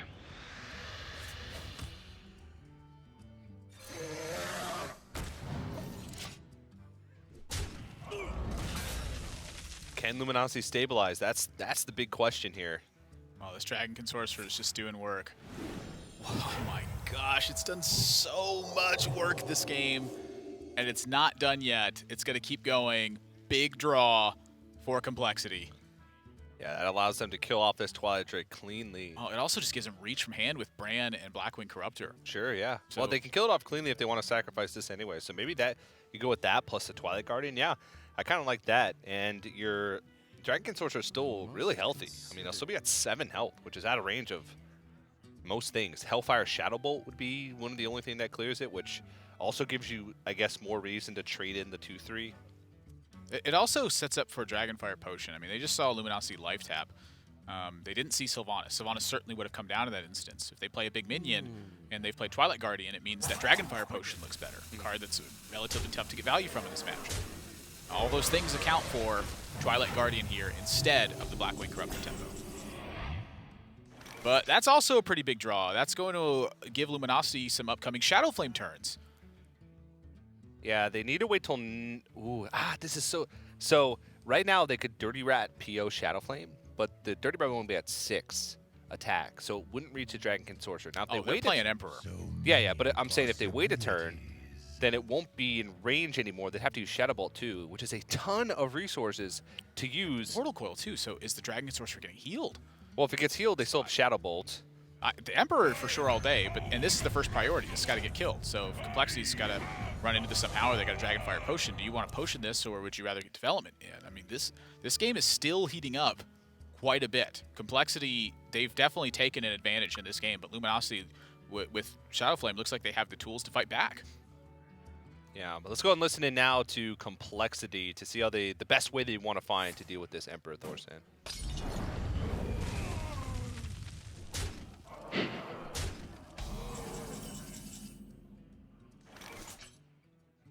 Yeah, so we can go Dirty Rat. Not this turn, but Dirty Rat, PO. No, we could do it this turn, right? We could, but it's not good. Yeah, I think it's better to Reno. I think it's better to Reno as well. I think we Reno. What? Talk, Zoe? So if we Dirty Rat, PO, Shambler the Giant Dude. If we go Reno, they have to develop. Yeah, exactly. Yeah, I like the tap Reno. But it is very good this turn. So we have 4, 8. We can't fit in the Shadow Bolt with the Shambler on the Rat turn.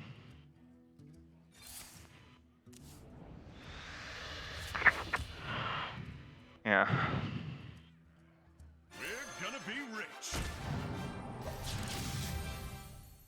I hope we're gonna be rich, Reno. I hope. Brand Draconet? I mean, the Corruptor just kills that guy. Yeah, but when he just twistings and what then? What if he doesn't have twisting? That's true. Like, if he doesn't have twisting, don't we just get him? I mean, but Brand Draconet is just... What is it worth? Like we get one extra random card from his deck. It's actually just not. Yeah, but if he has twisting, the Draconet operate line is just better, right? No, the operative also just dies. I think Brand Corruptor is just better. You think you're good? I like Brand Draconet. I think we also just can get like a Draxus or something. I mean, I would just go with the operative here. And go face, right? Yep. Sylvanas? Sure, right? What do you think? I would just... Oh, speaking... Draxus? Yeah, I guess. Yeah, go. I would even just drop him if he moves that. Save the Shadow Bolt. We save that too. Yeah, we save that too. We just Rat. Yeah. So we start with Rat. Yep.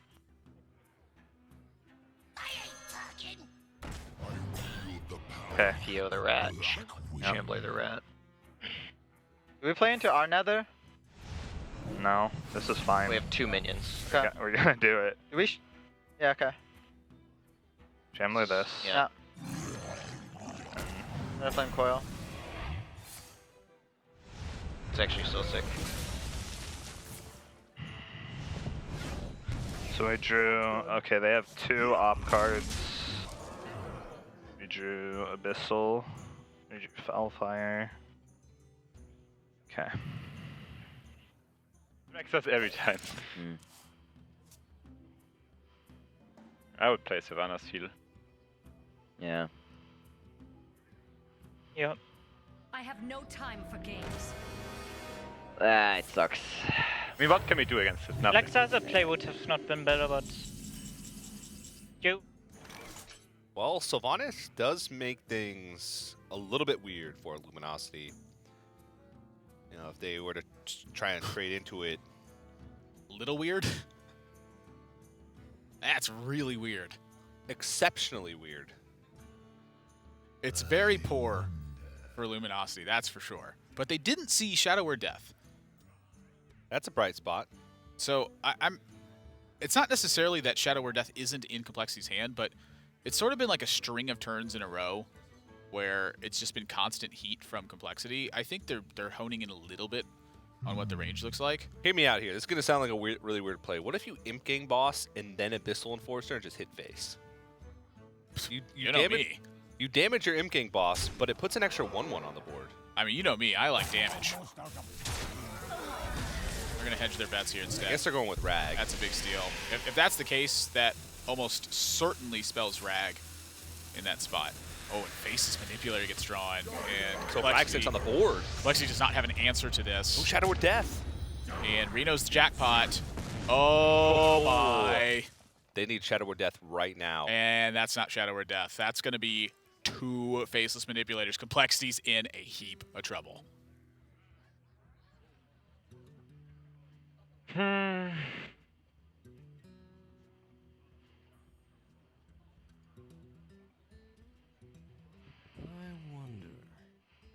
Yeah.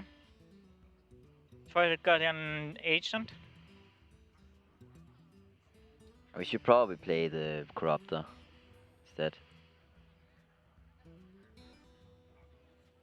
I like to Corruptor the 6/5 and then play the Taunt. Yeah, sure, I can see that. And then hopefully get a death, right? Yep. Yeah, something like this. Or Nether Spite into something like a Deathwing, you just hope he doesn't have anything. Nether Spite into Neferin. Sure. Faceless Shadow Bolt, yeah. Like that. That's all. Shadow Bolt, We're or we could play Gang Boss, but it plays into our Nether a little bit. So if we Faceless, they go to 8, and we don't have a way to kill them from 8 quite.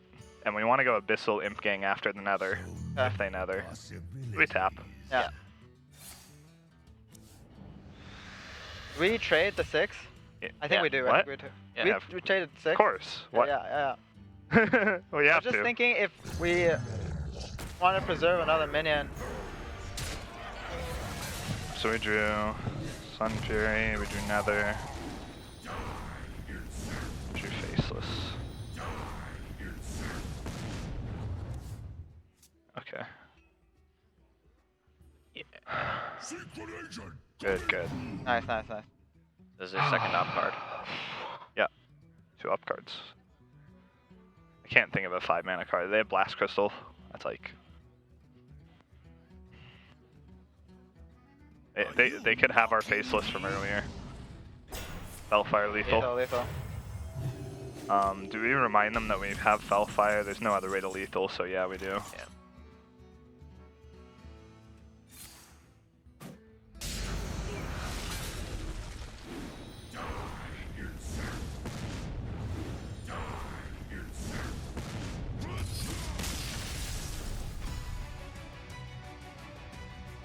All right, Luminosity takes a 3-2 lead now with the Reno Warlock win. It looked kind of bad for them early on, but they were able to get that swing turn with the Dirty Rat, Power Overwhelming, plus Shadow Flame play. I really like their patience with that combination, and I think it was well played overall. Something I've noticed is that Shadow Flame seems to be a very key card in this style of matchup where your opponent's just adding efficient pressure to the board and looking to chip away at you until it's so overwhelming that you just don't have an option to really recover.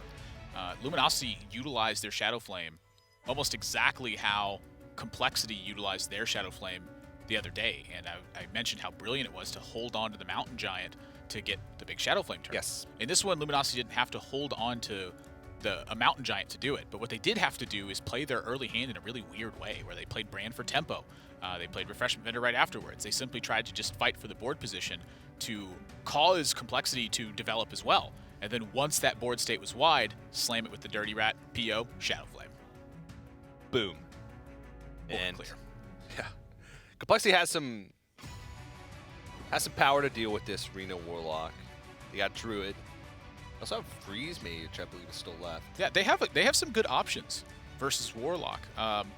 But Luminosity's Warlock does have some interesting tech choices that can make some of those matchups a bit tricky. You know, Fellfire Potion's a really big deal against certain Jade Druid spots. Against Freeze Mage, having the Ragnaros to deliver that big damage is something that most Arena Warlocks have started to adapt lately and seems to become a staple. So they do have some chance to win, but it's still a very tough matchup for any of the decks that either scale up the curve incredibly well or can deliver lots of burst damage. Well, we'll have to see. CompLexity still is in a spot where they really need to get that unfavorable matchup win, because even if they win this, they still are giving the counter queue advantage over to Luminosity. So let's go ahead and jump into it. Game number 6. They are going to use the Druid here. Yeah, Jade Druid tends to be pretty good against Reno Warlock. They can spend their early turns investing into their mana pool and then find some significant card draw. That's really the big payoff for them, is when they can just skip right past those first couple of dead turns that they have. For Luminosity, they have to find a window of opportunity here to kill CompLexity. And we saw Leroy Jenkins appear in their hand, and we saw Faceless Manipulator. So they do have that combo with Power Overwhelming that can deal 20 points from hand. But it's a struggle for board to get to that point. They have to get damage onto CompLexity, and they typically have to clear taunts out of the way as well. So it's a multifaceted attack that Luminosity has to set up. A lot of that setup, though, comes from Felfire Potion, being able to put a lot of damage on taunts and at the same time deal damage to CompLexity. That's a very key card in this matchup. They're going to mulligan it away, of course, because you don't need it till later on, but it's very important. Yeah, so Jado on one reason why Luminosity kept that Mortal Coil. Allows them to just cycle that card on turn 1. Also the Mountain Giant draw. That's another way that Luminosity can get a big edge in this matchup. If they stick a giant threat to the board, it delivers a lot of damage. Indeed it does. Very rarely will Luminosity find themselves trading in a situation like that. Yeah. CompLexity, a little bit of a heavy hand right now as far as what you want in this matchup.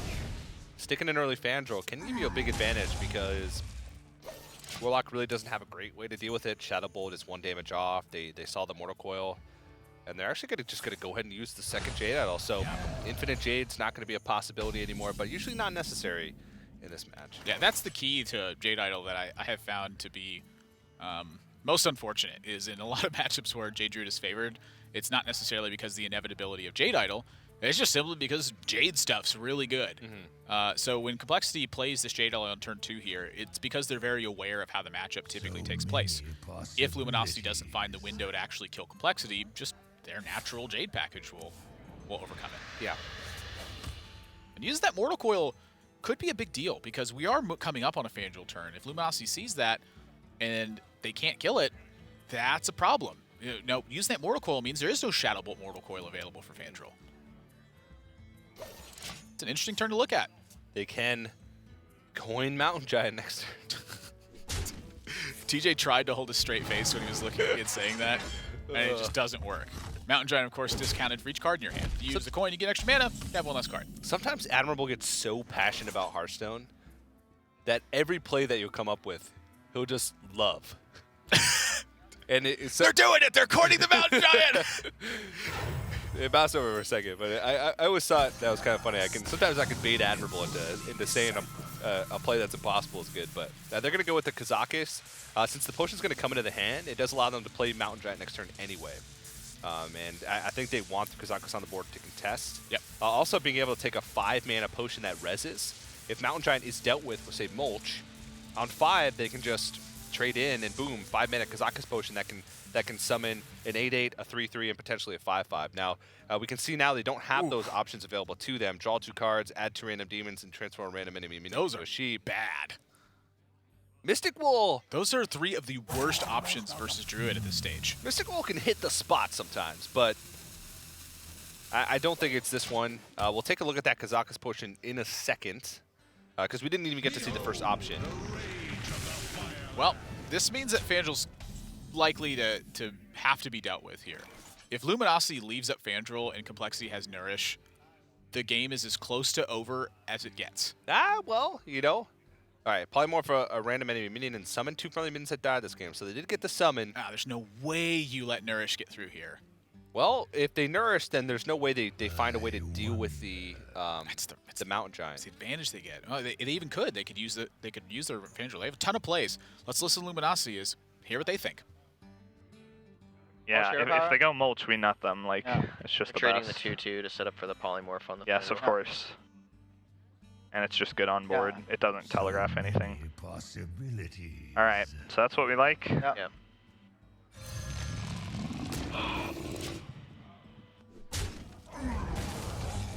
I mean, it's very likely they have the thing to combo with Fandral, so because they hero powered on 2. They do a 4 and then a 5. Their Jades are 3/3s right now.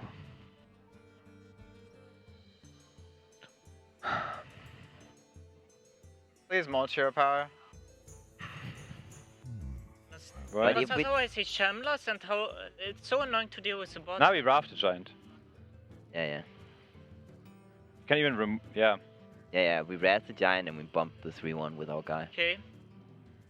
I mean, we also have way more mana. Yeah, good. We get 2 more mana. I mean, this we have to do. Yeah, we have to do it. We get the cars and stuff. Man.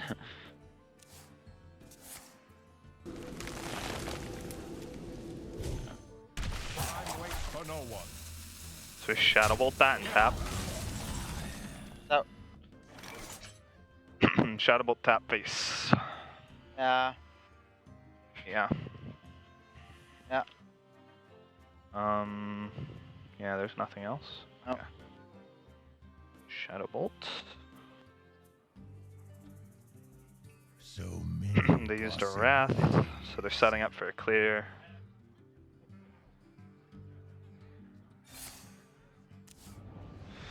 Nice. Okay, so now they start having 8 mana available with 3 of their draws, 2 of their draws. They rag us. So good for potion. Oh my god. The world is CompLexity's oyster right now, and their jades are pearls. It's so beautiful. Well, Face is also Mountain Giant's oyster right now. And I don't know. Do pearls crush under the stone fist of a giant? Probably. Seems like they would. There's not an efficient way to handle this right now. And it's a lot of stuff.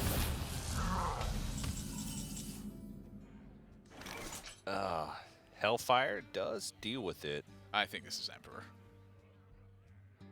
They could go with Emperor. Can they dial the following turn? That's a good question for Luminosity. I mean, There's Emperor. 11 damage on board. It's very unlikely that they die. Emperor is here. They have a Kazakus potion that reses too. They have Reno in hand. There's no way this is not Emperor.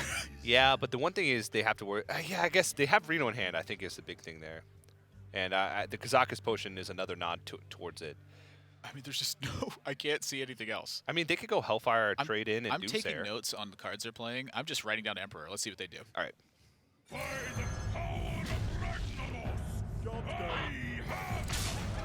They're just permanently in range of Leroy stuff. Yeah. So we played an Emperor. So we have 3 possible revives. They played double Jade Spirit. Golems are a girl's best friend. Oh yeah. Mulch? No. Has to be. Or Wrath. I mean, mulch makes sense. Okay. They mulched us. Okay. We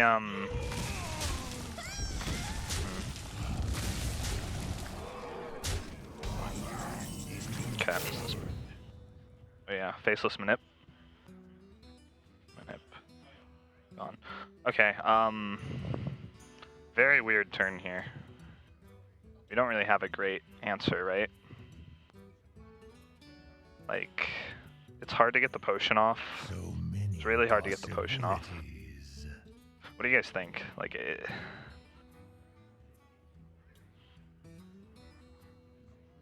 about...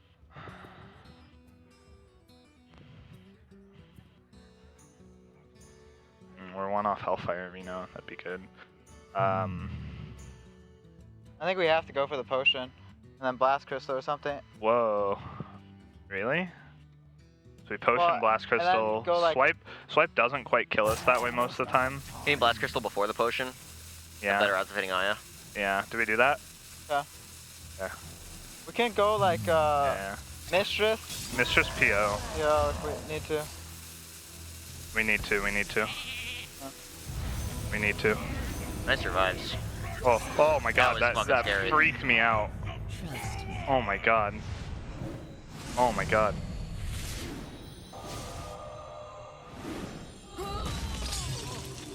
Oh. Let's go, right? Yeah, if we get 4 damage, we win.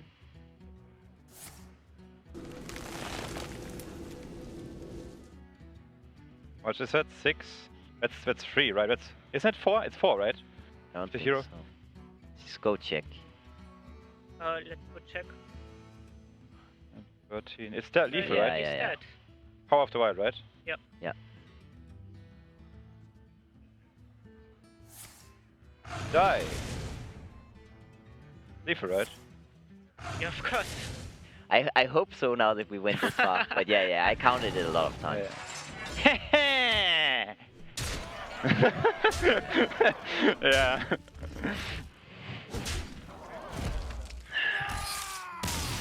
Now they are sad.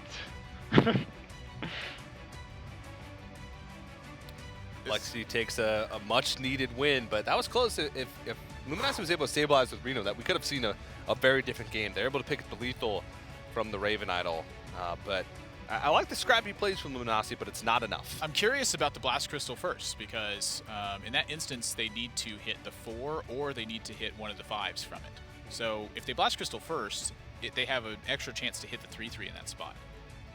It goes from 25% to 33% instead. So if they potion first, they can polymorph either a 4-4, a 5-5, or the 5-3 Aya. Either one of those targets is fine for them because they're going to Mistress and PO anyway. So if they hit the 4-4 there, they get the Blast Crystal to 5-5, suddenly it's 5, 6, 7, 8 damage on board. Well, to be honest, they were dead to 2 sources of 4 damage regardless. Even if they hit one of the other ones that wasn't a 3-3. They were trying to play the long game. I understand where they're coming from. They can't really account for Raven Idol lethals because that could have picked up just about anything. Can't account for Fail Rage Swipe, though. Yeah, I suppose, but I mean, I think they were dead anyway. But looking forward to the next game. Luminosity has a chance to counter Q here against the Druid. Shaman. Shaman's been a popular choice. You know, Luminosity's mid-range Shaman is lower curve. It does have Thunderbolt Valiant. So how well does Hunter perform against Jade Druid? I mean, is Jade Hunter doesn't perform. Does Jade Druid keep up with aggression? I mean, we said it all meta long that Jade Druid struggles to very aggressive decks. That's true. That's true. This might be the chance for Luminosity to try and sneak in a Hunter victory. Does the Hunter beat Freeze Mage maybe? Maybe that's why they want to save it. I don't know. I mean, these are a lot of questions that I have unanswered about the Hunter deck, which is why I'm so concerned with it. I think that choice, if Luminosity loses, is something to look at. Yeah. I'm actually taking a look over at the Luminosity side. They're switching chairs, so I'm trying to get a hint from who's going in that pilot's chair. If it's Alay, then it's Hunter. Was he on the Hunter? I think he was on... Oh, no. Maybe Chalky's on the Hunter. Might be Shaman then. But we'll see. This game's really close. This match is really close. It's tied 3-3 right now. Who's going to win? Is it Luminosity or is it CompLexity? We want to hear from you guys in the chat. So use your chatty keyboards to chat in the chat and let us know. Chat. If you're not chatting, we're not chatting. If you don't chat, we won't chat. Oh, no. You've given them permission to zap No! Looks like the vote is in favor of Luminosity at the moment. It's got to be Shaman. I mean, yeah. Zalay is just such a strong technical player, and that's really the big benefit that Shaman has, is that the deck it benefits from technical play. You need everything to look picture perfect, and so when it comes down to the pilot decision, Zalay's one of the best in the world at that. And I like their matchup here too, actually, because they have the Hammer of Twilight, which I think is a really big factor versus Druid. It's 8 direct damage and it leaves a 4-2 behind. That is not an easy thing to deal with. Direct damage for either the face or minion. That's right. I mean, for all intents and purposes, Luminosity's life total does not matter unless CompLexity gets ahead. Priest it is. Didn't remember what he was on. I think he's on Shaman and Priest. So also a deck that benefits from very technical play. Now, I'm still not convinced that Priest is favored in this matchup. I know I've been saying it a lot, I think in the hands of very skilled players that Jade Druid has a slight edge. There are some people that agree with you. All of Luminosity does not. I had this discussion with each of the three of them. Well, me and Dan had the discussion earlier on the desk too, and I feel like if the Priest knows how to play the matchup and the Druid knows how to play the matchup, then Priest is favored because you just want early aggression. It's not about, you know, trading in your minions and healing up.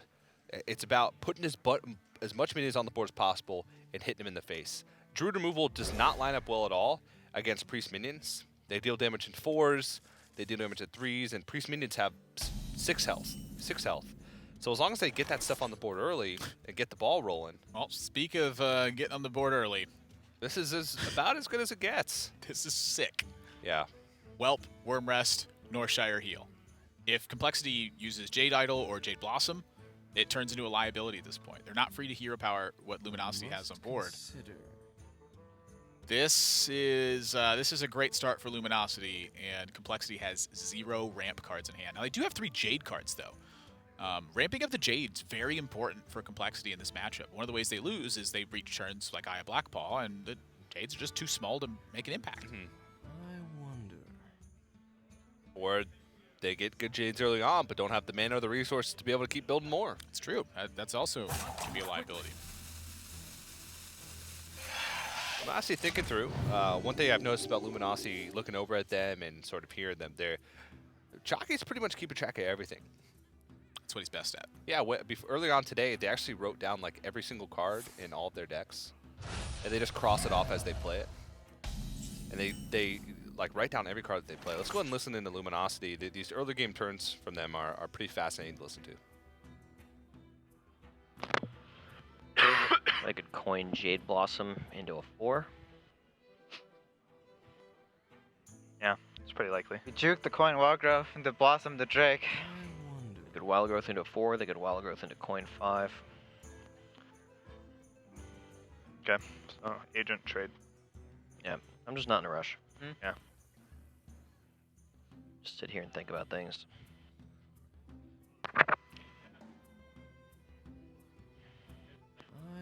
I can play faster if you guys want, but my instinct is we should really just take our time. That's fine.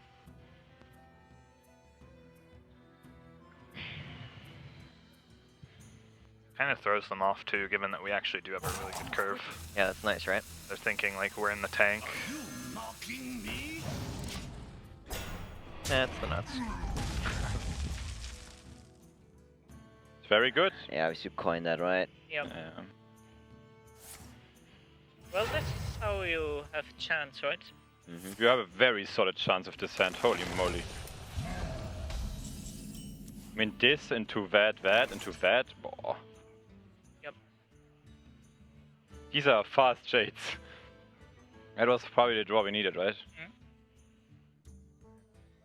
That's my first instinct. I don't know if I have reasoning for it. Like, the positioning matters for the Argus, right? Yeah. We don't want to Argus The the next girl. thing is a 3-3. So you want to think about what you want to be trading into a 3-3. So definitely the 2-4, so maybe leave that in the middle. I don't want to have the option to like Argus the girl. They're going to play a 2-3 and a 3-3 a lot next turn.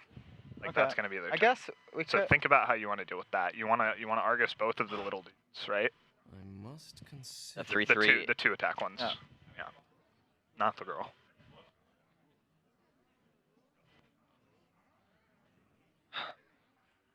So as long as the girl's not in the middle. They still have a card they kept.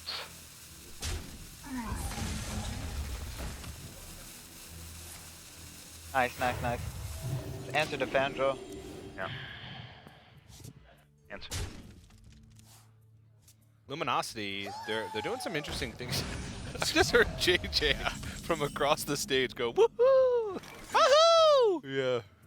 Oh, man. You're about to make an interesting point, though. I forgot the point. Well, both teams, from me, the first thing to note is some of the nervous energy I'm feeling from Zalay. He is normally a very relaxed individual, and the scope of this match is starting to get to him. There's a lot of money at stake. $75,000 for first place, $30,000 for second. That's a difference of $45,000. That's a difference of $15,000 per player. The next 3 games could decide that. potentially. They have to be picture perfect, and so he just wants to take his time. I mean, you heard him say how strong it was, but something else that's really interesting is how they've been playing with cards that aren't in their hand. I mean, you're hearing Luminosity set up for Defender of Argus positioning. It's not even in their hand. They're anticipating their board state when they draw a particular card. CompLexity's doing the exact same thing. Next level plays. When you're in the zone, you're in the zone. And that brand is pretty well protected. I actually like this play a lot because whether or not they play Blackwing Corruptor next turn or Draconid Operative, both of those have enormous value from Brand. Most likely Operative if they pick up a Dragon. But, I mean, they even have Cabal Talon Priest plus a heal. Attacking with the Wormrest this way, it didn't matter if they kept it at 4 or not because Feral Rage and Wrath would have wiped out this brand anyway. And that's the kind of turn that CompLexity wanted, was something to actually just do with their mana. Yeah. That's a big deal. Now CompLexity is rolling into Aya. They have Jade Behemoth. So much stuff going for them. Let's go ahead and listen into Luminosity. 3-5 drops. Let's see which one's on their radar. It up. We are following their next Jade is a 4/4. We don't have a great way of dealing with that. We'd have to like shoot it and trade in. We have a 3/4 on the board, so it's like weak. We have Pain for the Behemoth. I guess if we go Operative, we have enough plays. Like we shouldn't be playing. We should play Tempo, not Value. Yeah, right? I think we should play Tempo, right? So we play Operative and trade the girl. But Operative is really, like, in terms of value, I guess they have Emperor and No, Rax. they don't have Emperor, we don't think. They have Sylve. Sylve would be the Rax. biggest issue for this Operative. But Sylve would be good. That's not a huge issue. That's like one of the It's a best one Sylve card. turns we can get. Okay, we got a lot of info off this. Whoa. Oh, Sylve is good, right? Rag is Sylve, good. Rag, Wrath, they're all good. Just, Wrath's not I want Rag, personally, but... I don't want Sylve. Yeah? What do you want? If they play the Aya... Gotta pick. Sylve. Sylve, trade, ace. Like, if they play Aya, we just jam Sylve into it, right? I guess, yeah. Then we kind of deny development. We've got somewhat of a way to manipulate. I think we have to go Sylve here. Well, yeah, we go Sylve, and then we have Pain Corruptor. I like 5/6 into 4/4, right? Sylve. Twin Face is pretty cool. What does 5/6 into 4/4 do? It doesn't. They can't do they can't make the 4/4 into 2/2 trade. They could go like trade into our guy, and nourish, and just leave up a 5/5 for our Sylve. Then we get to eat it and make a taunt, and that's pretty good. Yeah. Or we can just taunt and make the taunt big and leave up Sylve. My instinct is face. Yeah, if they trade the 4/4 into a 2/2, we have Blackwing to corrupt. My instinct is face. But what else do we do on the turn with Blackwing? Well, heal something, pain something. My instinct is definitely face, but yeah, the face damage matters a lot. The trade's not that good, right? we know they don't have Wrath, almost 100%. I have no time for games. They already used a Feral Rage, so we do have pressure advantage. Like they're out of their life gain. They're really not prepared to deal with this. They do run Feral Rage at least one. Yeah, they played it. Yeah, I know. Oh, here's a Raven Idol card. Yeah, they're Raven Idling for an answer.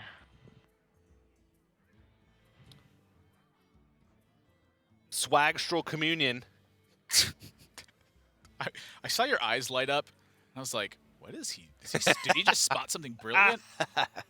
And the answer is yes, TJ spotted something brilliant. My kind of brilliant is much different than the normal kind of Hearthstone caster brilliant, but nevertheless, looking at the other options, it's between Starfall and Wrath here. I think Wrath has a little bit more flexibility, but Starfall can help him deal with a wide board, can help him deal with those pesky large minions, but they go with Wrath. And you play Wrath in your deck, so. Yeah, I can imagine it's, ooh, actually this is tough.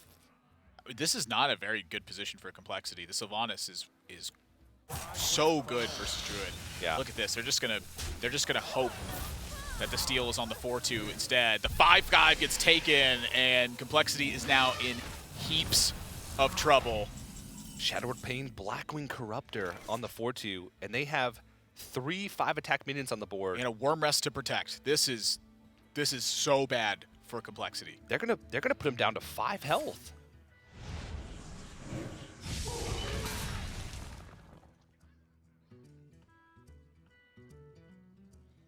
That's a lot of damage. I was looking a few turns ago and thinking, wow, CompLexity I mean, they're just going to keep jamming Jades and win, but that Sylvanas changed everything. Let's listen into CompLexity now as Hope is starting to dwindle a bit.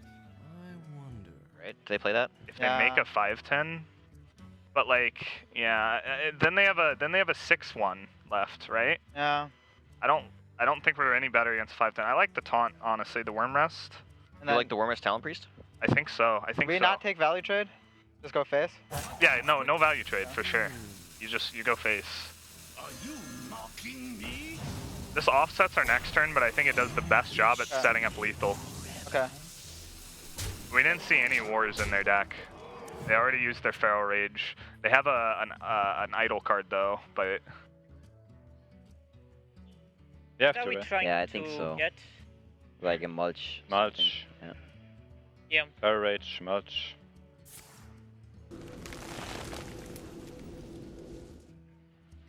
Living Roots? Not good enough, right?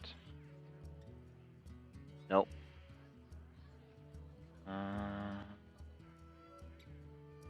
It's rough for one, right? Yeah, so I think we should take the roots.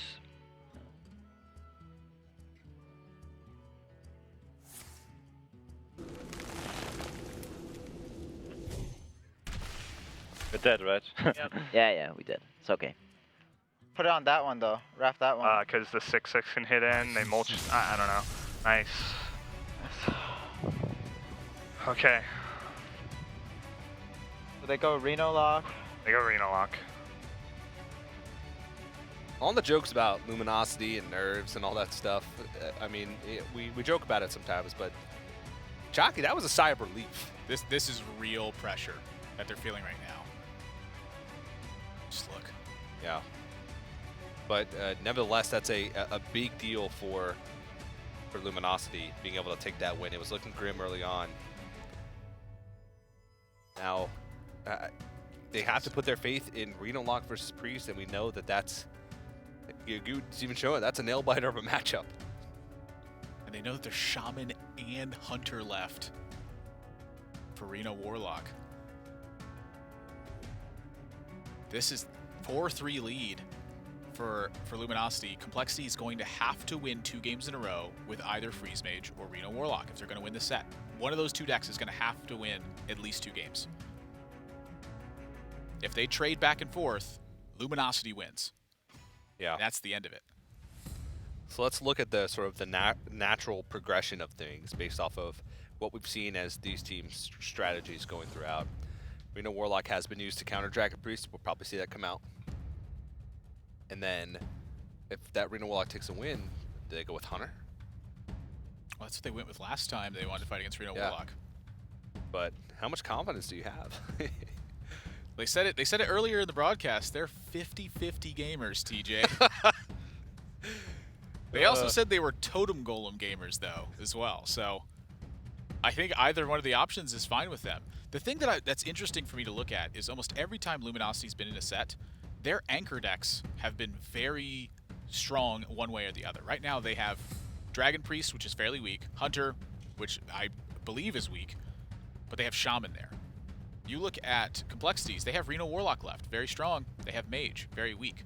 Something in this set happened, and I think it was game 1 where the Paladin took the win for CompLexity, that turned this into a spot where instead of Luminosity having 2 strong decks to anchor, they have 1 and CompLexity has 1. This is still very close. Yes, it is. I mean, honestly, it might come down to whether or not Hunter can take a win. Hunter might be the deck that allows CompLexity to get over that hump. I said it pretty much every single time I've seen a Hunter in competitive play. I'm worried that's a key deck. If they don't win with that, it's trouble. And in Conquest, that's definitely true. If you don't win with it, Conquest, that's definitely over. But we're playing Last Hero Standing here. The deck that wins is the one that stays. Yes.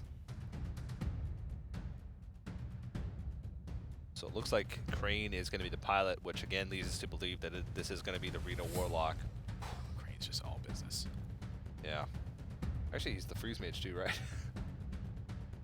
You're not going to keep Freeze Mage into Dragon Priest, I don't think. I mean, it used to, once upon a time, it was considered one of the best matchups for Freeze Mage, but nowadays, Dragon and Operative throws a wrench in the plans. There's a lot of things that can happen. I mean, Dragon and Operative can pick up Ice Block. You used to have Mad Scientist as well. Yeah. That was a big difference. Very little times could Priest deliver enough damage to fight through the tempo of the set from Ice Block off of Mad Scientist. If you have to set it naturally, that does potentially buy them some time. Maybe it forces you to not draw 2 cards with Arcane Intellect, something like that. But this is the first matchup here in Complexity. Wowie. Mountain Giant, Shadow Flame. That was one of the key combinations for them to win last time in this matchup. They simply held on to Mountain Giant until it unlocked the Shadow Flame turn, and from there they turned the game around. Yep.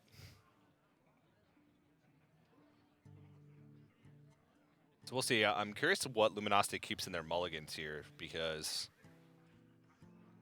Priest does have a chance to get blown out by Mountain Giant. So Shadow Word Death can feel like it might be a good keep at times, but you really just want minions. Mountain Giant's a 1-of. And your Shadow Word Death's a 2-of. Twilight Drake is just as likely to be a big impact. Exactly. Against Luminosity, perhaps at times even more. Did they just keep the whole... Oh, no. I was like, what? Takes a second. They changed mulligans to where you can't see what cards they pitch away until the very end. That's no dragons. They pick up both Technicians. They have a Wormrest Agent. If they draw a dragon, I think they're in business. So they can't play that one. But it does start to activate the rest of their dragons. So this is going to be an interesting game. For Luminosity, they just need to get board pressure out and start chipping away at Complexity's life total. Yeah. Force them to have turns that they don't necessarily want to take. If you let Reno Lock set up however it wants to, it's going to win. You have to pressure this deck in some way. But can you afford to overextend in a matchup where you don't have a lot of natural burst? And that's the trick for Luminosity, is they usually have to extend anyway because they don't have that natural burst, and it's difficult to fight the value battle. That means that Complexity has openings with Shadow Flame. It means they could potentially have an opening with something like Fellfire Potion. When you have to play with little heed to consequence, it means it's usually a bad matchup. Yeah. Now, the most success that we've seen from Dragon Priest has been sort of a mix between pressure and value, where they can extend onto a board big enough to bait out AoE, but still get value from cards like Dragon and Operative. But as we get through these early turns, let's go and listen to these teams as they fight for a crucial game. We are living in now. So we have just to watch out that we don't outvalue us like last time, right? Yep. But with this hand, probably not. Yeah, this time we have Reno. Reno, Doomsayer, Giant. I mean, what do we want more? I wonder. A little hint, this hand is very good. Thanks, JJ. But to Twilight Drake. I think we're just going Technician into Technician, honestly. I agree. kind of agree, yeah. It's a lot of pressure. Like, when you put... It's like probably 4 or 5 damage. If it, right? Consider. Yeah.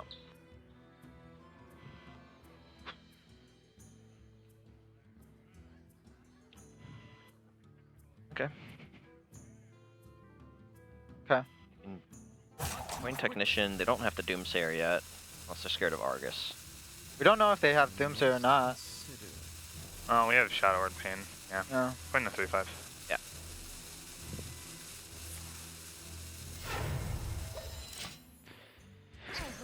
so we have several options here. We can drop the Doomsayer. I would do that. Huh? I would drop the Doom, yeah. You also like it, right? Yeah, because the problem with the Giant is we tap, they play a 3-drop, we play Giant, they death it. Okay, full stop, Yeah, bro. I agree. Yeah, I agree. Yeah, sure, just take this team out. I don't like the Farsian to tap Doomsayer either. Because give them more cards, they get the development. This turn they don't develop with the 2 pain, right? What? They don't develop. Yeah, exactly. They didn't have a 1-drop. And also the Earthen Ring gets farmed first. No, I like this. It's fine. Yeah. No real hand reading to do. Oh, nice. We get to play a Whelp. Yeah. Do we play the left or the right Whelp? Play the. I mean, you should play the one right in your Whelp, hand. right? Right, well? I think so, because they already knew we had a dragon, so it actually gives away info that we might have top decked a dragon. But I think we play the right Whelp. either way, they're gonna know. Like, Yeah. they'll know we Yeah, top right decked Whelp the- seems good. I like right Whelp. I don't know why. I think I know why. If we play the left Whelp, they know we had it on hand on turn 1 and didn't play didn't it. have a dragon. Yes. Yeah. That's actually that's important. This way, it looks like it's not a Twilight Whelp we're holding if we play the right one. Yeah, it's just a random dragon. Yep. We're playing the right while painting, going face for 3. Yeah. Okay. And then they play Twilight Drake, Kazakis, Freshman Vendor. You can't play Giant. Nope. Drake's a 4/7.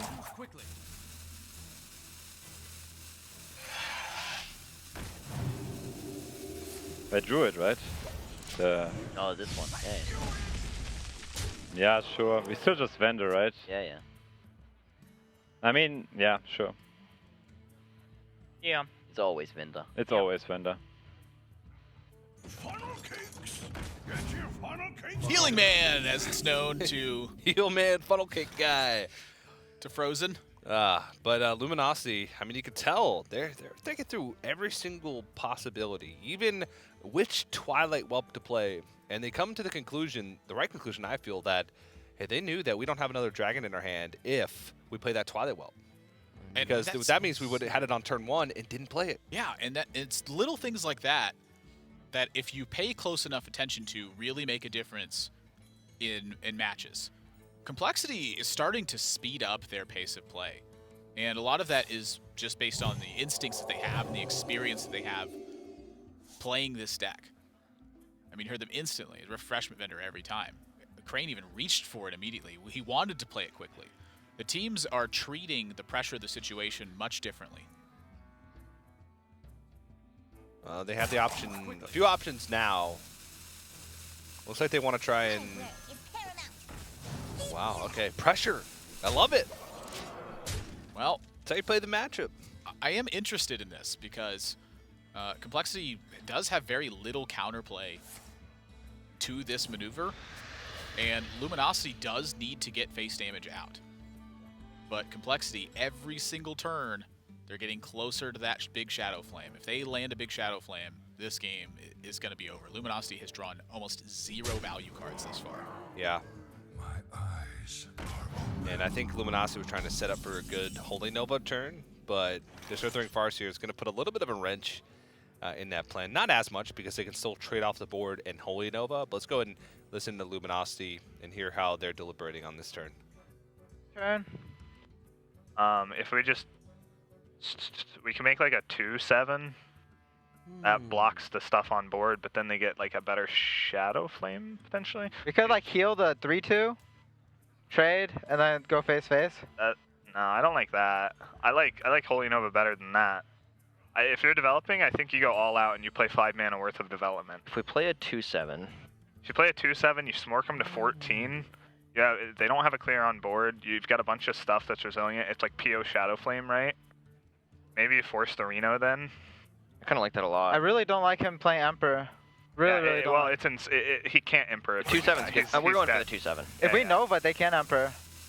They can. Yeah, exactly. We all like this. I like this better.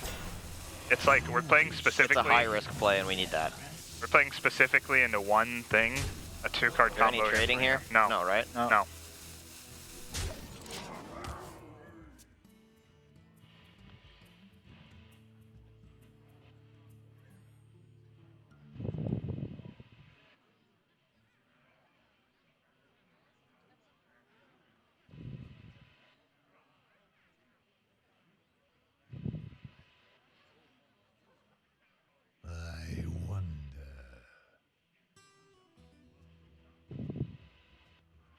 Can we ever siphon? I think we can siphon that, yeah. I mean, just kill the 3/2. Yeah. Yeah. We can also double trade here just to... Huh? We can double trade here, just to put this to use. I don't know if that's a thing. Probably not. It's like trading there and then bumping here, so it's kind of silly. But we should siphon this, right? Yep. Almost out of time. Bump here. Could also just trade with the Farseer into a 3/2. Yeah. But probably not, right? No, we should do this, right? This, Yeah, I and, like we this. and face, right?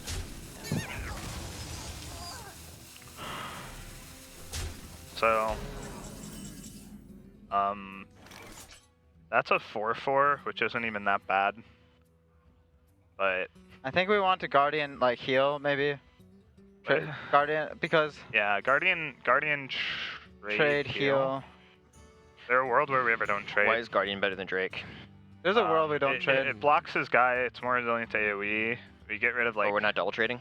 We could trade the 2/5. No, I don't want to double We could trade the 2/5 and heal the 2/5.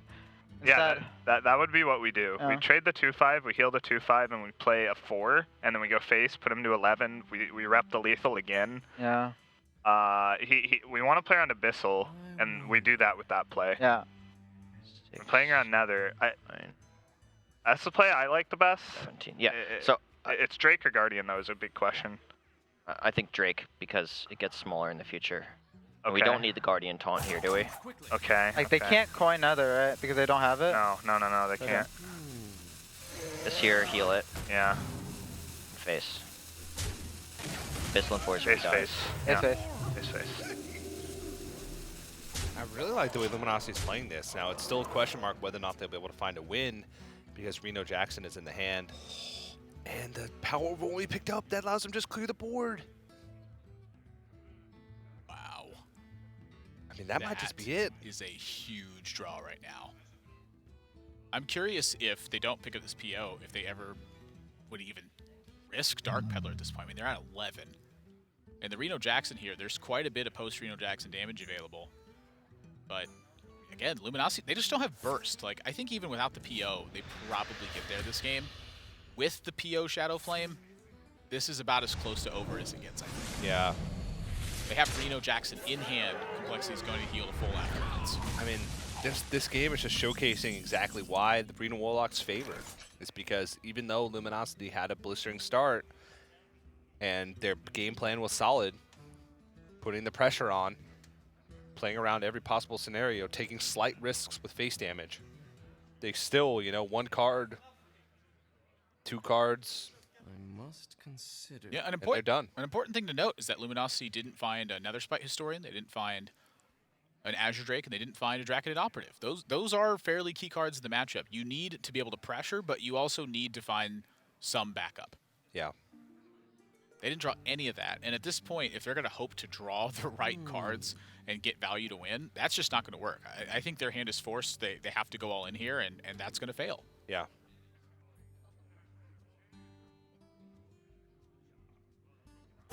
They're debating about something over there, but maybe they're thinking about playing the Twilight Whelp by itself, or to try and couple with Defender Vargas. That would mean if they pick lethal that way, though. Yeah, I mean, that's why you don't play the Whelp, I think. It would also mean that they don't really have a Dragon if they pick up Operative or something next turn. Let's go and listen in now to CompLexity, see just how they want to try and close out this game.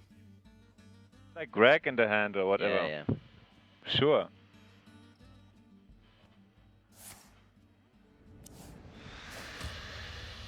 We're gonna be rich. I mean, there will be just the one point where we're a game behind when they tilt and the roping stops. I promise.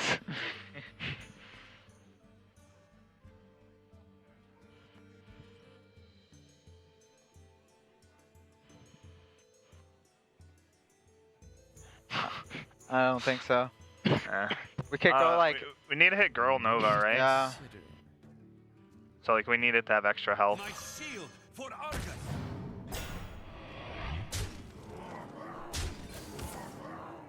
Wow, dude. TO Shadow Flame. So brutal. Yeah. And then just drop the Peddler, right? Yeah, yeah. Yep.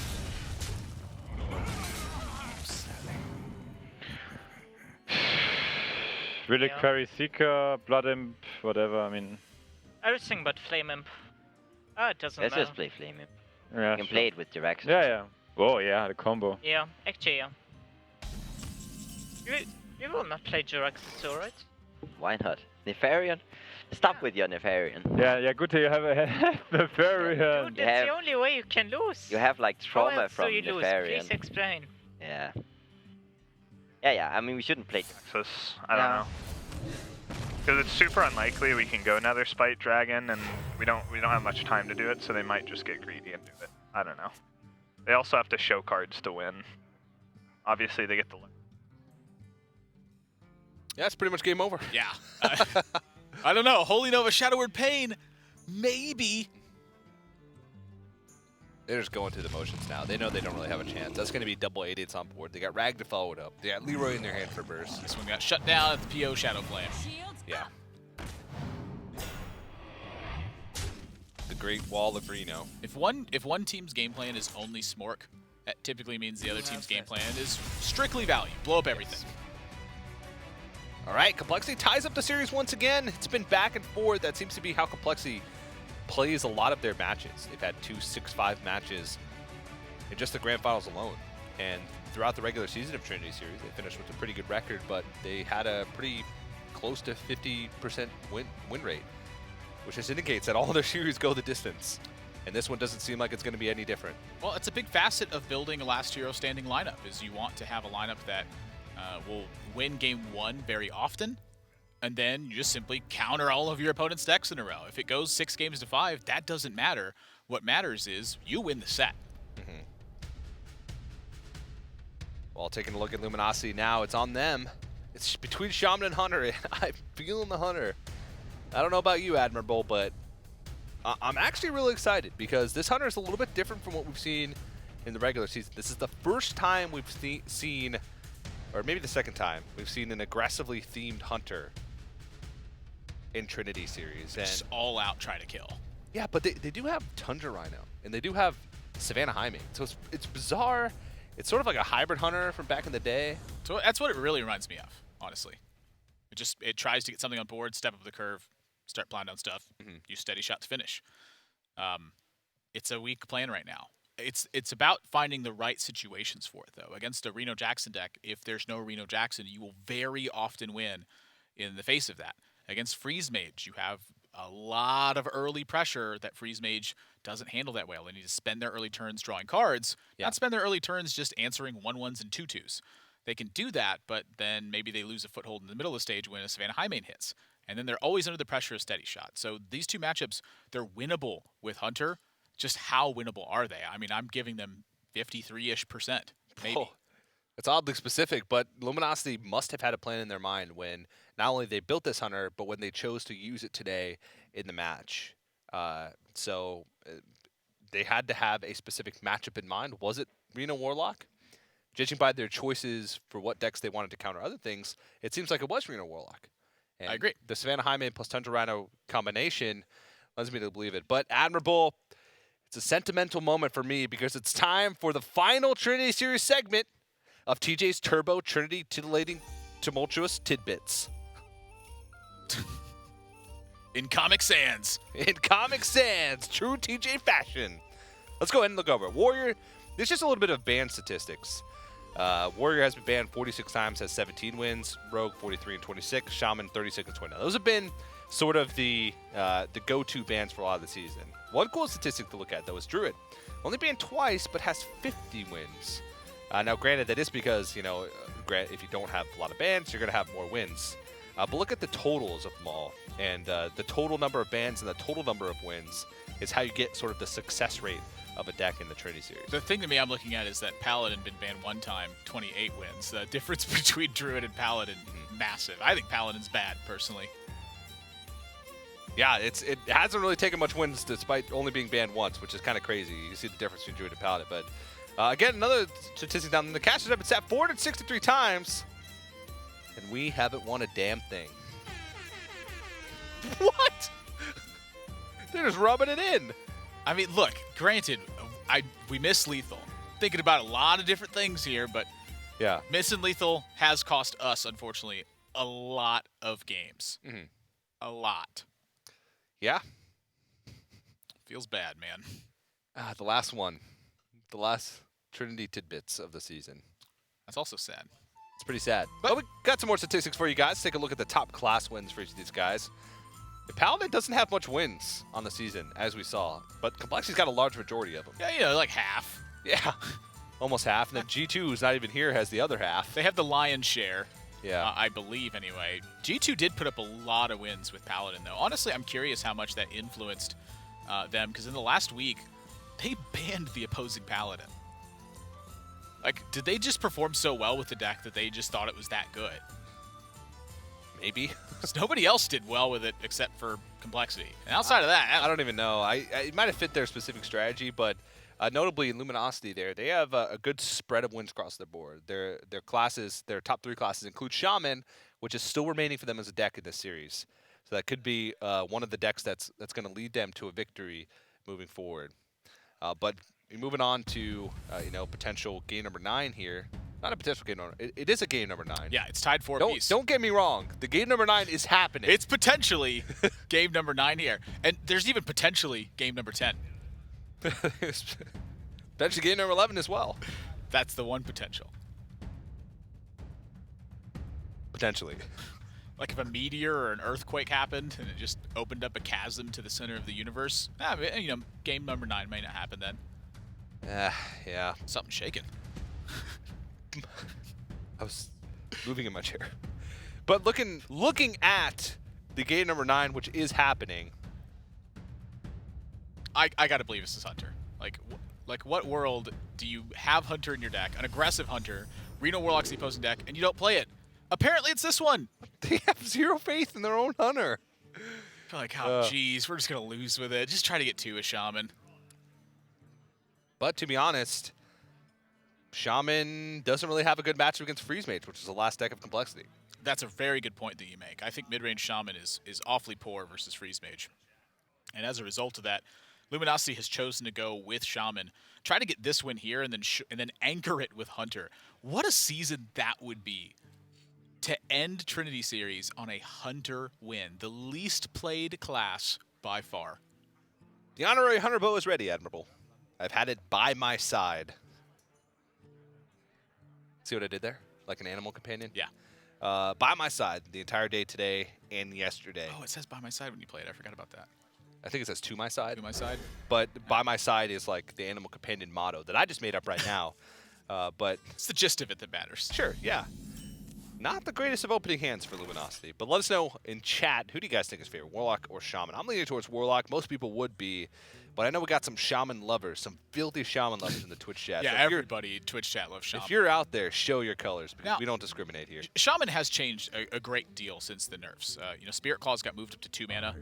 It was a problem at 1 mana, that's for sure. And Small Time Buccaneer got moved down to 1 health from 2. And that made Shaman play a much more fair role afterwards. The most unfair part about Shaman is simply Tunnel Trog and Totem Golem. Both of those right now are missing from Luminosity's hand. They're going to have to fight on fair ground. But Complexity's got Kazakus, and they've got Shadow Bolt. The Mana Tide won't be a big issue. Can they find the pressure to win? Because their deck is very reliant on Thunder Bluff Valiant to get late game value, and Complexity's deck is stuffed full of AoE cards. Yes, it is. Luminosity ropes it out. Common trend with them, they like to spook their opponents. They like to think through multiple turns ahead. What are we going to do? What's the plan if they play this? What's the plan if they play that? As we've heard multiple times from them throughout the course of the broadcast today and the past couple days. But let's go and hear from them. Let's go and listen in and hear exactly what they're talking about. Like a Wrath of Air. What if you just hero power and it bugs and it's a Totem Golem? Oh, raw. It just raws. Yeah. Nice. Just not overloaded. Didn't cost the card. I kind of like hero power into Mana Tide Totem. Like, oh yeah. Run the hero power. I like hero power into Mana Tide as well, for what it's worth. Yeah, that's okay with you? 1-1. Hey. That one's good. Oh, okay, fine. It's actually really good. Huh? Why? They really don't like peddling now. Mid portal. Tap. Tide on the left. That seems like a plan to me. They point out a Twilight Drake, we hex it. Play a boss. We Bolt Totem. I wonder. They Demon Wrath. We Genuine Mana. They don't run Demon Wrath. Oh. We don't think. We don't know. Which is actually really good that they don't run in this I think no matchup. MC Tech, no Spellbreaker, though. Which means the Mana Tide's a lot better. No Coin Spellbreaker. Alright. Feeling it? I'm feeling it. Me too. Alright, let's juke a Shadow Bolt. Alright, watch their hand first and fourth. I want to bolt that. Yeah, we bolted for sure. Yep.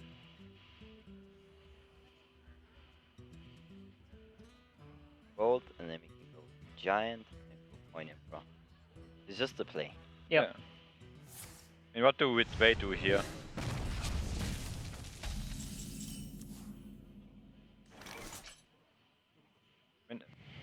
There was no ooze, right? Yeah. Yeah, no ooze. But they can giant on 4, they can drake on 4, we hex either of those. The question is Jinnu or J-Claw? Yeah, I guess that's the question, right? Totem, Jade Claw, or either one leaves us with 4 mana. I want to stack up the totems. Okay. You do. He does. Alright. So the next keep is just a very far left card. To put Jade Claws in the middle? Flame Tongue? Yes, yes. Yeah. Because 3/5s you want to go. Claws into it. Yep. Like we could curve Jinnu next turn as well. We never push the 2, right? No. Yeah, I like it.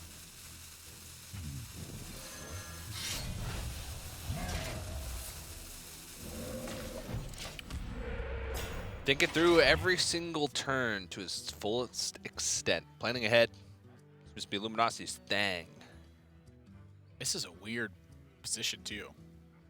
I mean, Luminosity's hand is just not very good, and I can see why Frozen wants to stack up the totems. Thunderbuff Valiant, they have Bloodlust in the deck. Those are the 2 big key tools, and their hand is just very responsive outside of that. They do have some nice tools like Hex and Hammer of Twilight. But how good are those tools going to be once Warlock starts to get enough mana to access some of their powerful plays? I mean, right off the bat, we're already seeing Mount Giant come out. They have a Hex for that, but Kazakus is an option. They have to worry about the potion. Lots of AoEs that they have to worry about. There's a lot of different stuff that Complexity can do. I mean, this is just a strong hand for Complexity. Their first 2 cards in their hand are just awful, and the rest of them have just been lights out. So, Hex indeed.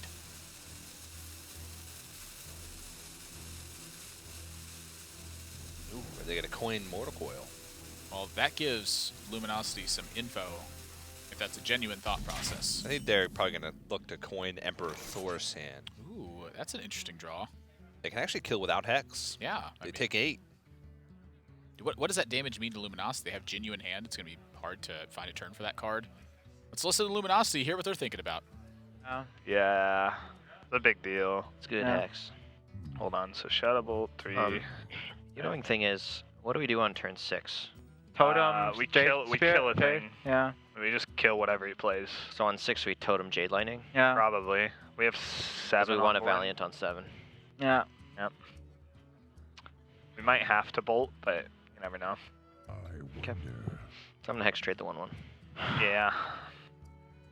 You are. Still have that far left card. It's coming increasingly likely that it's Ronald Jackson. Maybe they coin Emperor. Which Also be Twilight Drake Hellfire. Twilight Drake Hellfire, also ones that come to mind. Okay. That Giant was their first draw, right? Or somewhere around there. It was their second draw, but yeah, don't worry about it. Wow. Yeah, this is a good draw. This is a very good draw. Well, this hand is so good because my start was not aggressive enough, right? Yeah. Like, yeah, I think we can just keep the board clear now and play around Bloodlust. Over here. Take an Abyssal Enforcer us. Yeah, you hate to see that. I think we still only have that one play. You could go Thunderbluff Bolt trade. It's always that. That's rough. We could have Blast Crystal and Siphon. Better against AoE. It's I don't like it at all. I think we take the Abyssal. Hope they don't have it. All right. I want to Hero Power before I Jade Lightning. I think I want the 2/2 on the outside. Yeah. Sound right to you? Sure. That's not important to you, Shocky? No, it means the world to me. Thank you.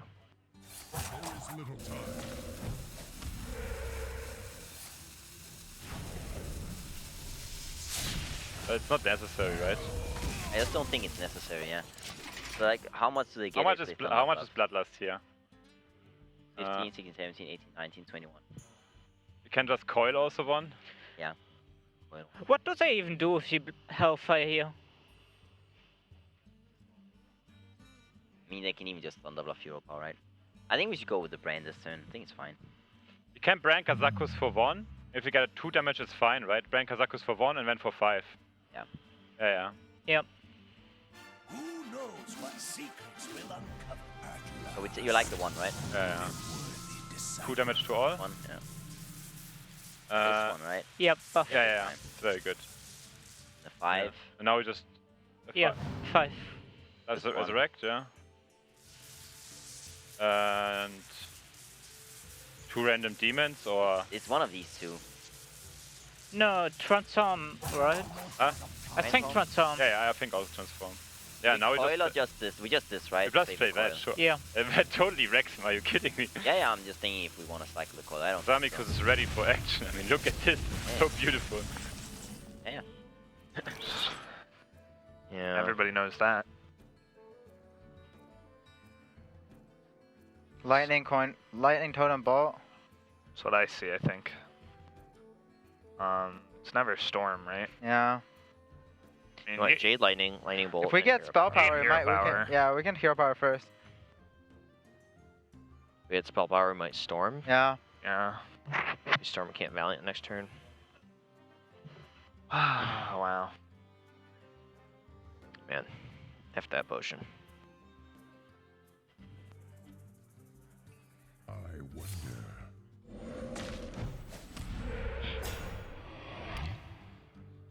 Really, really passionate about hitting that potion, man.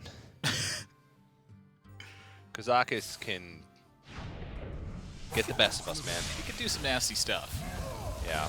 Jade's starting to ramp up, but this is not a Jade deck. It just has Jade's by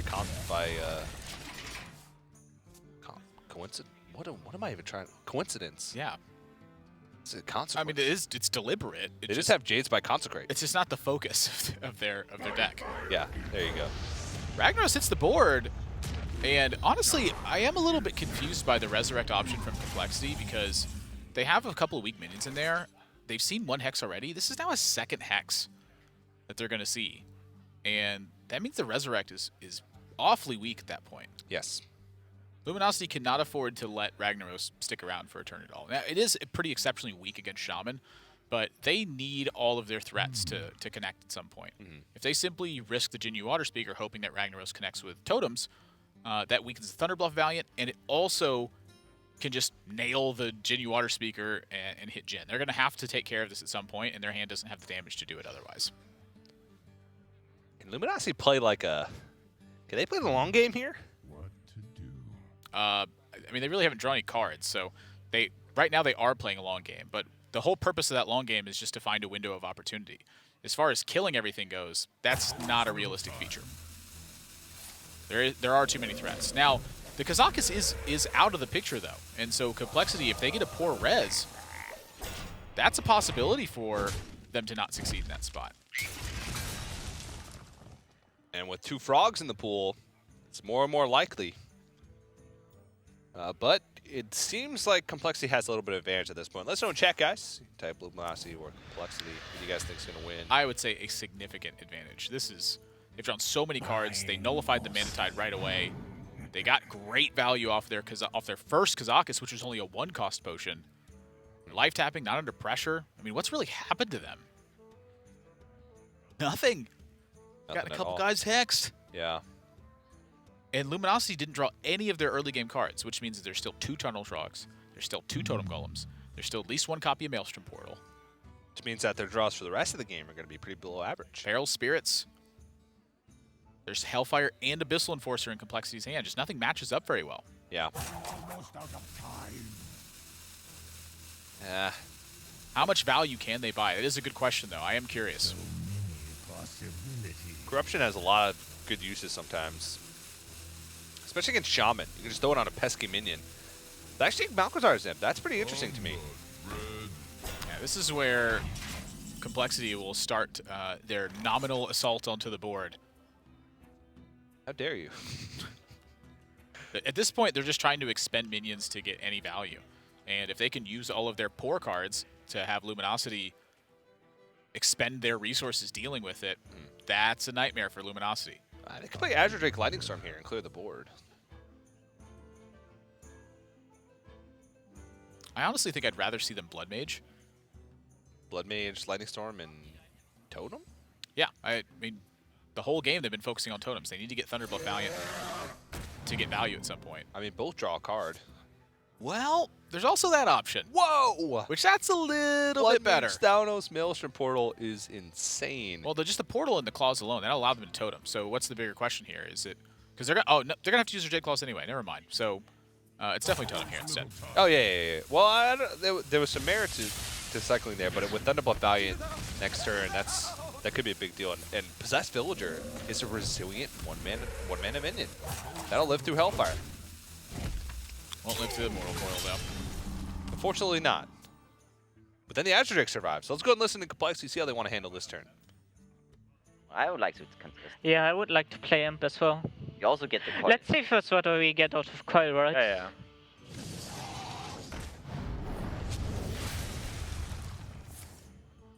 I think the pleb is fine. You argue the next turn. Yeah, it's just okay, a yeah, totem. I can see the flip, yeah, sure. You are not the boss of Yeah, the Abyssal is really strong here. Yeah. Like, boah. No hex.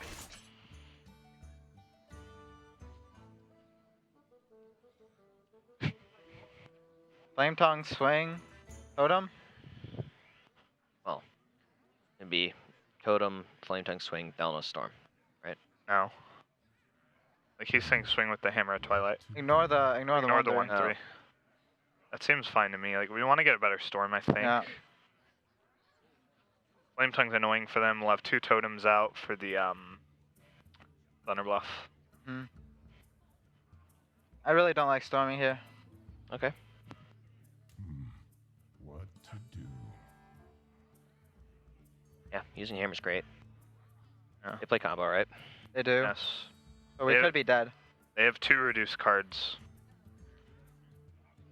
There is little time. Taunt.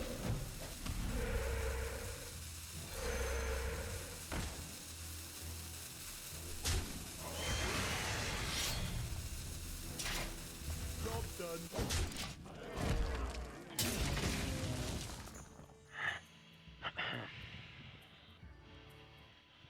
Should stop tapping more.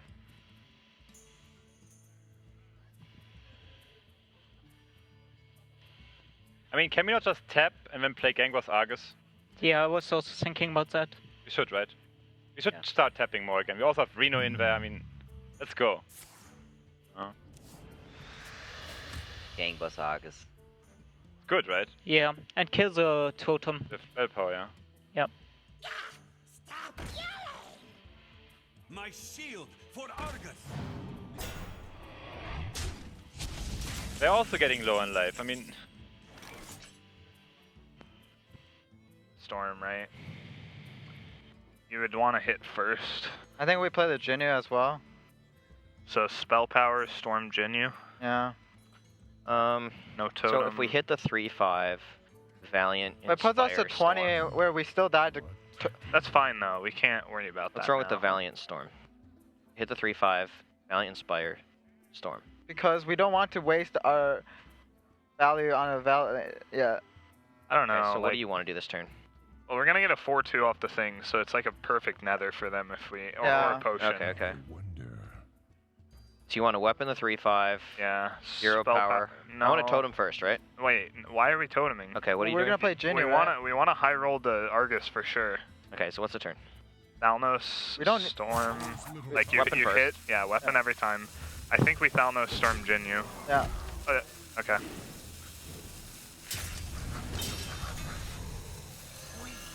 I mean, they're trying, but it's looking grim because that's a lot of resources used from Luminosity to build this board, and CompLexity has answered for days. Oh, they are starting to run a little bit thin on it. Like, Flame Tongue and Jinyu are not prime siphon targets by any means. Hellfire not full clearing the board in this spot, leaves the Jinyu behind. The board looks a little too weak to Twisting Nether. The life total from Luminosity is the curious one for me. Where does CompLexity find a way to put them to that low life total and take advantage of it? So many possibilities. They have not had a significant threat in quite some time. So that to me looks like a Twisting Nether or a Hellfire.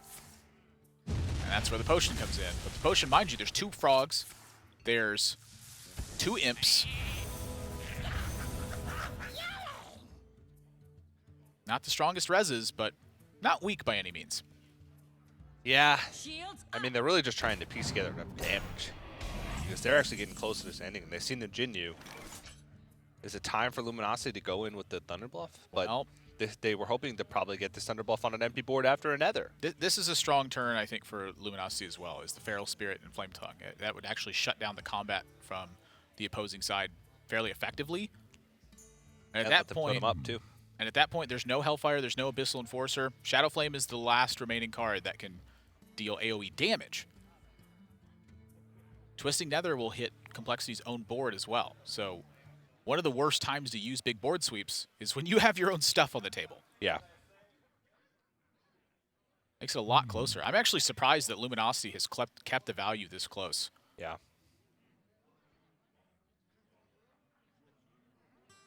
Yeah, kind of like the Feral Spirits, Flame Tongue, and then Totem Up.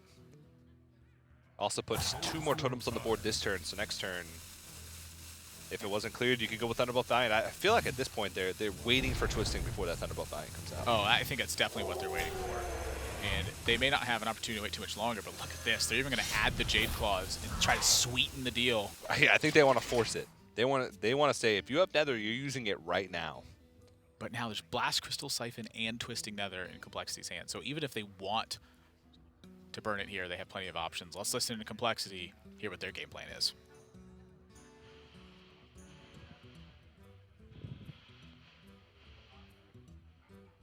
I think I just want to tap and Twisting with how few cards he has. This is last Flame Tongue. Can we not just tap Blast Crystal? Can we not just Blast Crystal Siphon? Yeah, I was also thinking about that. Blast Crystal Siphon that. Or... Okay, what do we want to do with the Blast Crystal Siphon? Blast Crystal? No, Blast Crystal Siphon both wolves, and then we kill the Flame Tongue with the thunder. Yeah, I was also thinking it's the same. Okay. Can also, yeah. Yeah, I like that more than Twisting. Oh yeah. Now you kill the Flame Tongue with the 2/3 and the 1/1. Yeah. Yeah, it's fine, right? Kills a step with this guy. I just don't want to give away our last AoE, so in the end we sit there like, but yeah. Like this we will never kill us. Yeah. And why would we give away our last AoE? It's just that, Did they use 2 portals? I remember the Drake with the spell power portal for 3 damage.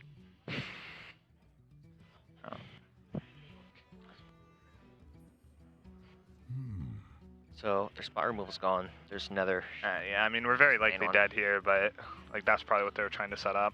But they didn't go face. Yeah, and they might not need to. Yeah. Might just need to clear taunts, and they have 20 from Hin, or they have like 12 from Hin.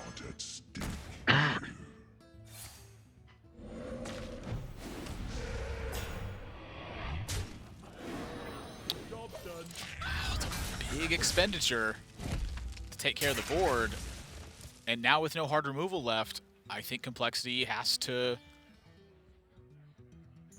Twisting this board? It's possible. Luminosity's starting to get really low, and if they Twisting now and nothing's developed, they have a free turn to Draxus, basically. But do they want to Draxus? That makes it much harder to play around Bloodlust, especially later on once they draw Reno. It's a weird game. It's a very weird game. It's very grindy. This game's going on for like 25 minutes already. Shaman versus Warlock. Wow, they're going to Doomsayer. Does this mean they're taunting? They're just doing nothing? Oh, they know there's no Jade Lightning. Ah, that's a big deal. There's no Jade Lightning. Is there 2 Hammer of Twilight in this deck? I don't think so. They're even considering playing the Refreshment Vendor. In the event that Doomsayer does fight the dust, they'd want to be able to take care of it. 0-7 taunt, that's going to ensure they're Doomsayer happens. Really holding on to this Twisting. But I guess they want to guarantee that Draxus comes down on an empty board. Maybe that's what they want to do. That's a big part of the Doomsayer, is to ensure that. And this way they're trying to get value out of the Doomsayer and then hold on the twisting rather than use the twisting and play the Doomsayer to ensure the empty board. Yeah. They're relying on Jiraxxus to be the ultimate win condition at the end of the day, but Jiraxxus isn't discounted. They're not getting the Infernal that way. So that's another benefit of having the Twisting Nether is they play Jiraxxus, Luminosity develops the board, CompLexity then Twisting Nethers and makes an Infernal. They're trying to ensure that no matter what, they take the board. Yeah. This is brilliant setup from CompLexity. They've had all the tools to do it, and Luminosity's hand was strong, but they have played their hand very well. Well, you better vote quick. We're likely to see a Jiraxxus.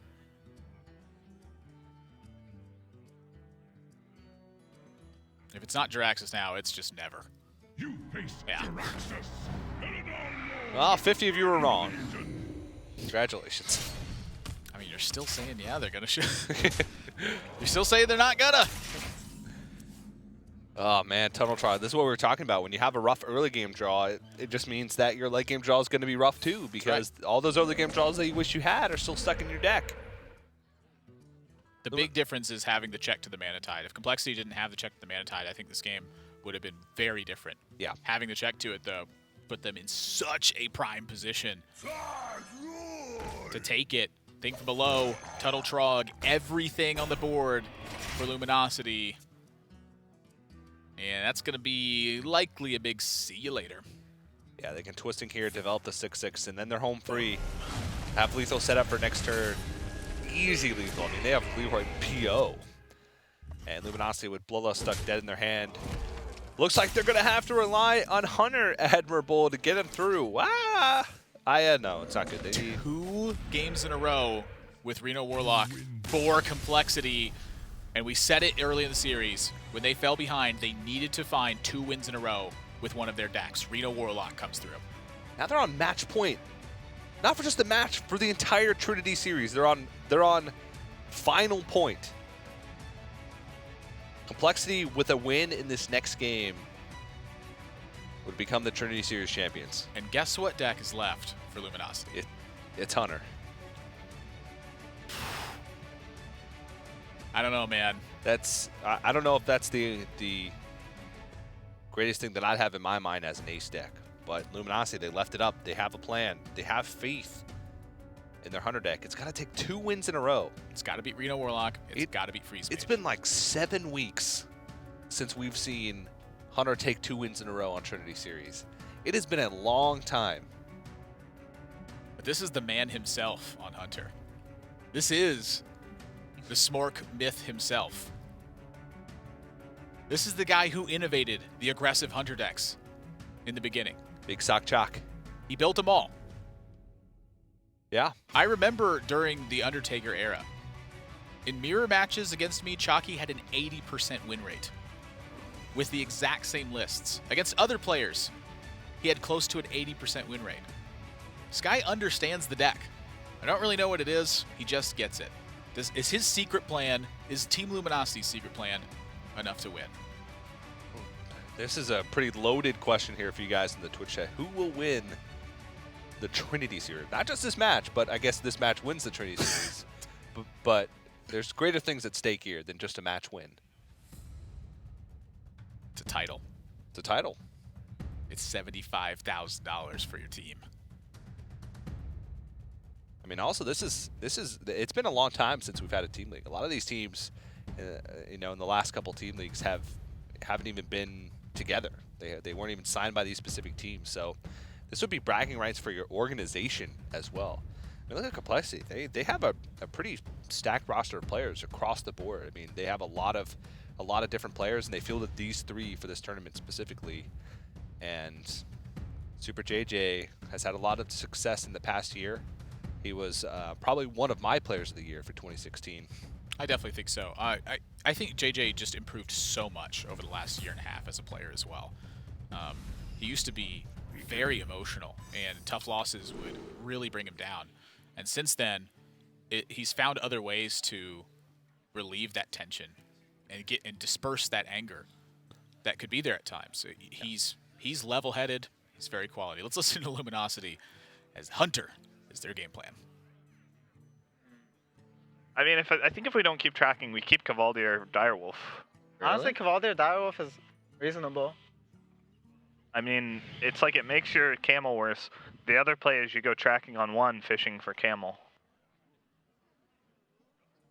Like you can't do both. You can't full mull this hand. I can't full mull. We can go tracking. We can go tracking. You want a tracking? Yeah. Coil's always going to be bad. Yeah.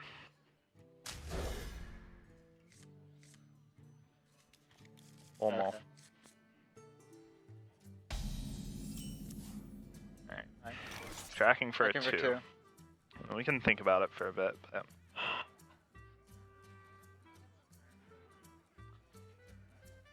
yeah. Okay. Oh. Holy moly. Okay. That is tilting. My alley cat's in the deck.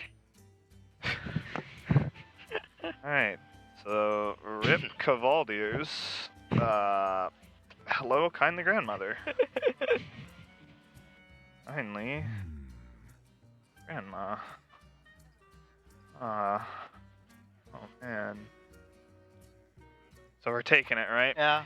Yes. Pass every time. Pass. Yep. Coin the gang boss, yeah. Coin the game boss. Do they run deadly shot or something? I don't think it's in that build. Yeah. No way. They both push 3 damage over. Ah, hero power pushes 2. Oh no, I mean disgusting. quick shot versus Grandma into hero power. It's both the same. Okay. Grandma's got nice teeth. I'd go with her. Did you just assume kindly grandmother's gender? Do we even want to play the camo next turn? We'll think. We'll think. It's a 3/4 of stat. It's 3 damage of stats guaranteed. If they play Heather, you definitely don't want to go. I mean, companion gets better later as Leok. Definitely don't want a camel if they. We want the camo if they go. Yeah.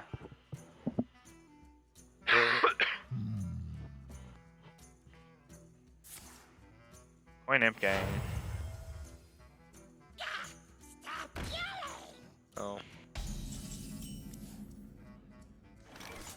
So it's definitely companion. Yeah. Cameling makes no sense. If we hit Huffer, do we trade? They coined for. I don't like it because they don't run. They coined for a reason. So they either have like Earthen Ring, Marcia. or they have Coil. And then there's a third one. Bran. Just 3s, like in general. Shadowbolt. That's what I mean. Could be Peddler. I think we hover trade. Oh, jeez. Okay, that's fine as well. Like they're breaking their curve very hard. If they well, honestly, you don't really even need a 3 to make this play against Hunter. So companion. Yeah. Companion. Misha. Quickly to my side. We got face. Okay, I love you, Leok. That's the worst.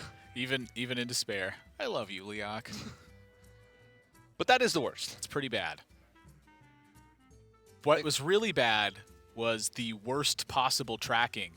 Double Enter Cabalder when they had Desert Camel on 3. The odds of that happening are so low, it's like unbelievable. Yeah. If any of you guys are big math gurus, I've never done the specific math on that. Odds of on turn 1, when you're going first tracking, of seeing 2 of the same card. When you have 2 copies of it, and 2 copies only. Tweet at ESL Hearthstone. Use the hashtag Trinity Series. Indeed. But you can't let that affect you if you're Luminosity. You still got a game to play. Without Reno in the hand, CompLexity might have some trouble. They do have Houndmaster as well, so they can make some good trades here. This is not a bad situation for Luminosity at all. They need to find a way to stick stuff on the board and start pushing face damage. That's the main goal of the deck. Yeah, that's the hard part to do right now, because a lot of times aggro decks are forced into fighting for the board for 1 or 2 turns, and then as soon as the opponent doesn't take care of something, that's when they turn the corner and start pushing damage. From there on out, you just play all of your cards. Your opponent tries to kill them. You return all the damage.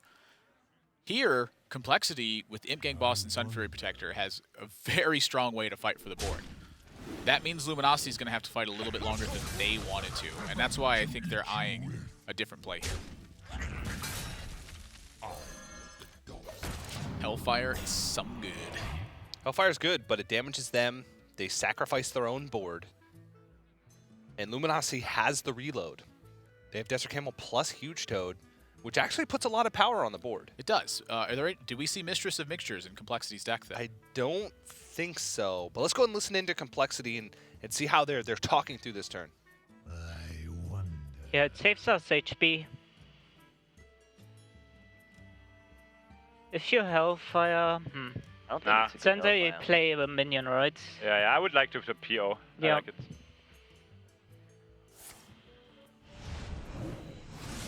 Doomsday.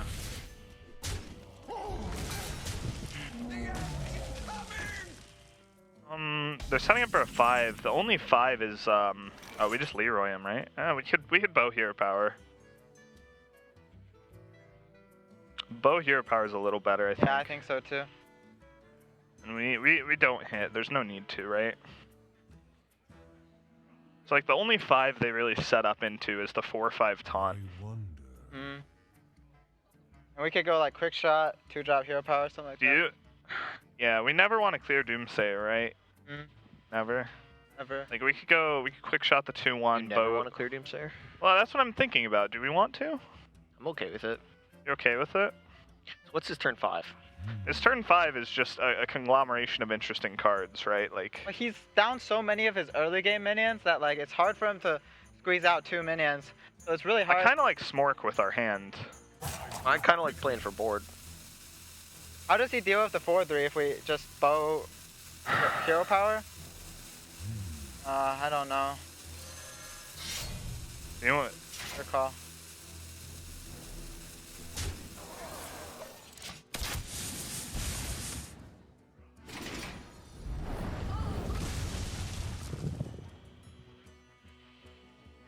Huh? Why they didn't trade? I don't. They just want to go face, right? They just want to kill us. Yep.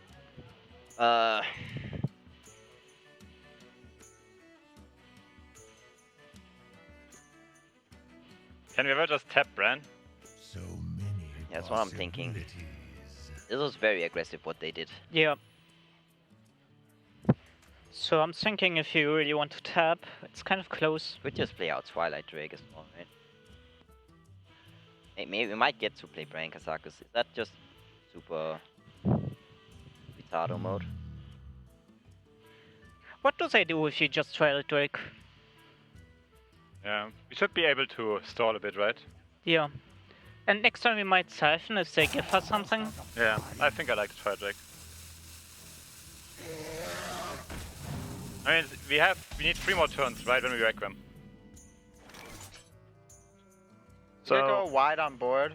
Yeah, we could go wide. Then they get to kill our 3/2. It's kind of hard to mop up the 4/5 after a while. Like we'd have to bow it. We could bow it preemptively for Shambler. Kind of like that. We could also hit quick shot hero power. Yeah. That's the other play. We like that. But how? Is there a way to set up lethal through Emperor? We can actually set up lethal, yeah. Quick shot, hero power, hit face. Puts him to 11. We have exactly 11 the next turn. Do we ever do that though? That's like crazy. Yeah. That's pretty crazy. They have 3 ways to taunt. Let's not do that. Let's not do that? Okay. I like 3-drop, 2-drop. Yeah, preemptively hit it. Okay.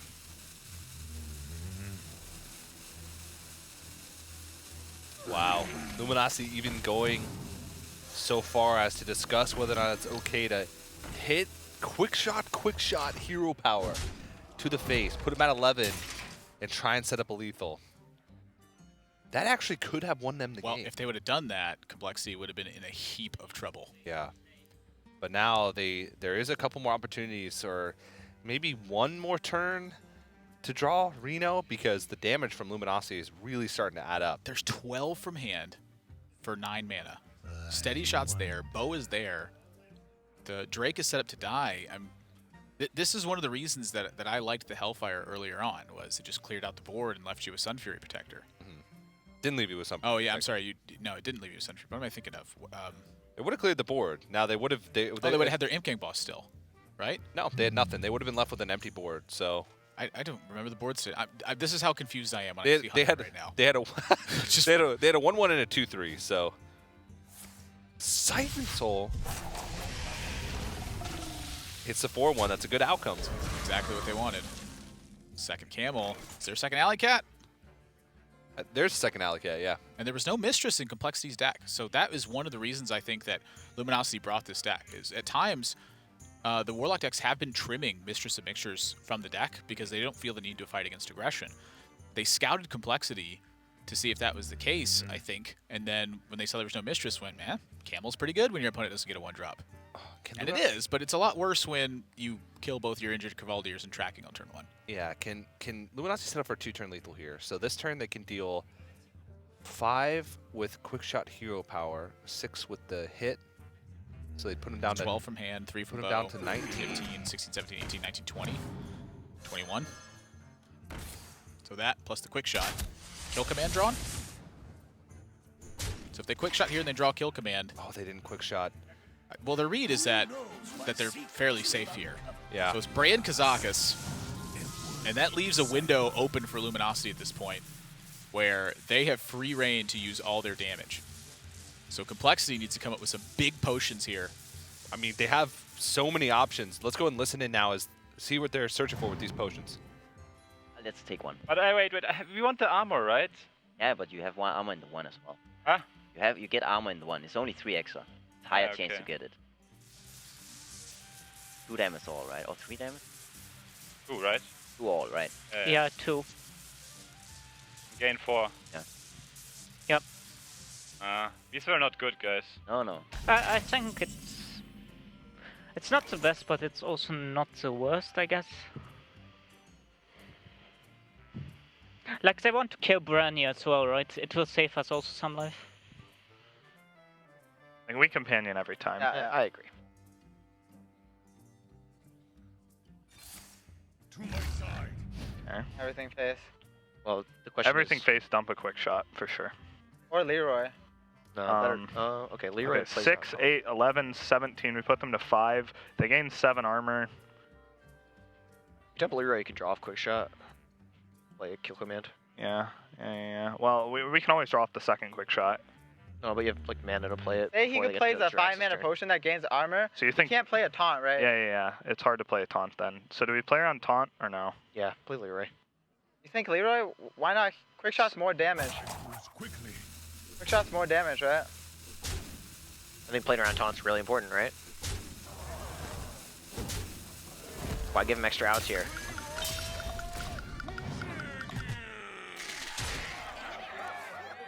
Ah, there we go. Good one, right? Start with this one. No. Oh. No, the other one. Wait, trade the whelps first. Yeah. Yeah, that. This one.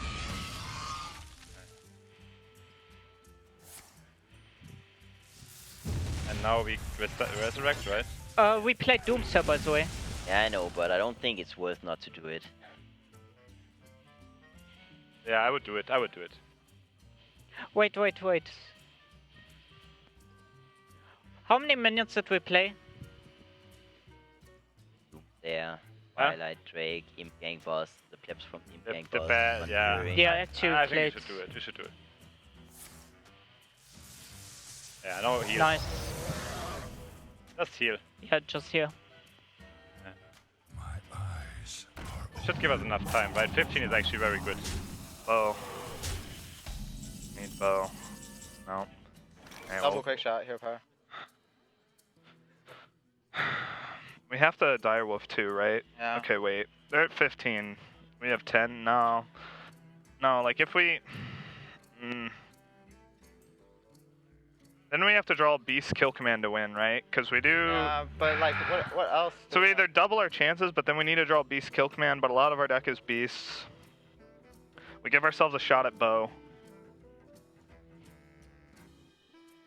I think so. Thunder Rhino is better with this. You have to play the alpha to draw a quick shot. Like I know, but then we don't have lethal off Kill Command without a Beast. But we have a lot of Beasts. So you think quick shot to draw? Trust yourself. It's very close either way. Take your time. We have time. Quickly.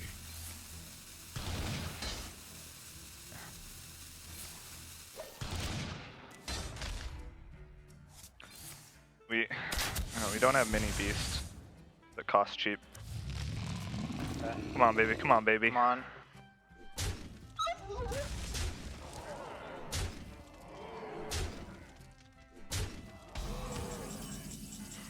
Oh, jeez. Oh, we wouldn't have drawn it anyway.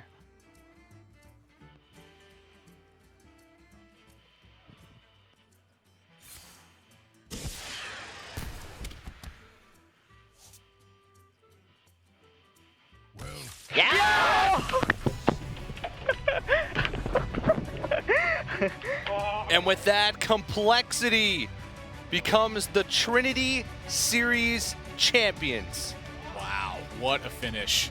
I mean, down to the wire at the very last spot, and you saw why the Hunter, why they manipulated the matchups this way, the double flare for that Freeze Mage tech, but CompLexity pinpoint every single step of the way. Double one-cost potion from Kazakus, playing as defensively as possible, but at the same time needing to accelerate the clock. Everything mattered in the final game. Wow. And what a finish. I mean, after a 3-0 start in the regular season, CompLexity was looking like the frontrunners, the team to beat. They struggled in the middle of the season, but brought it back, barely qualified for the finals, and had to fight 2 best-of-11s today to make it all the way. And they're able to take it $75,000 to that team, $25,000 a player. And you could see just how happy they were. Crane and Mr. Yagut aren't players to show emotion very often, but even they gave like a scream of delight as they saw the concede at the very last moment there. Very well played by CompLexity. And how could you not? I mean, that's the brilliant moment. That's what these guys are playing for. And it's so incredible to watch because I've been talking with Super JJ quite a bit throughout this weekend. You know, I've had the pleasure of spending time at events with him, but this weekend it was a lot more time. And him and Crane were discussing the idea of winning the whole thing.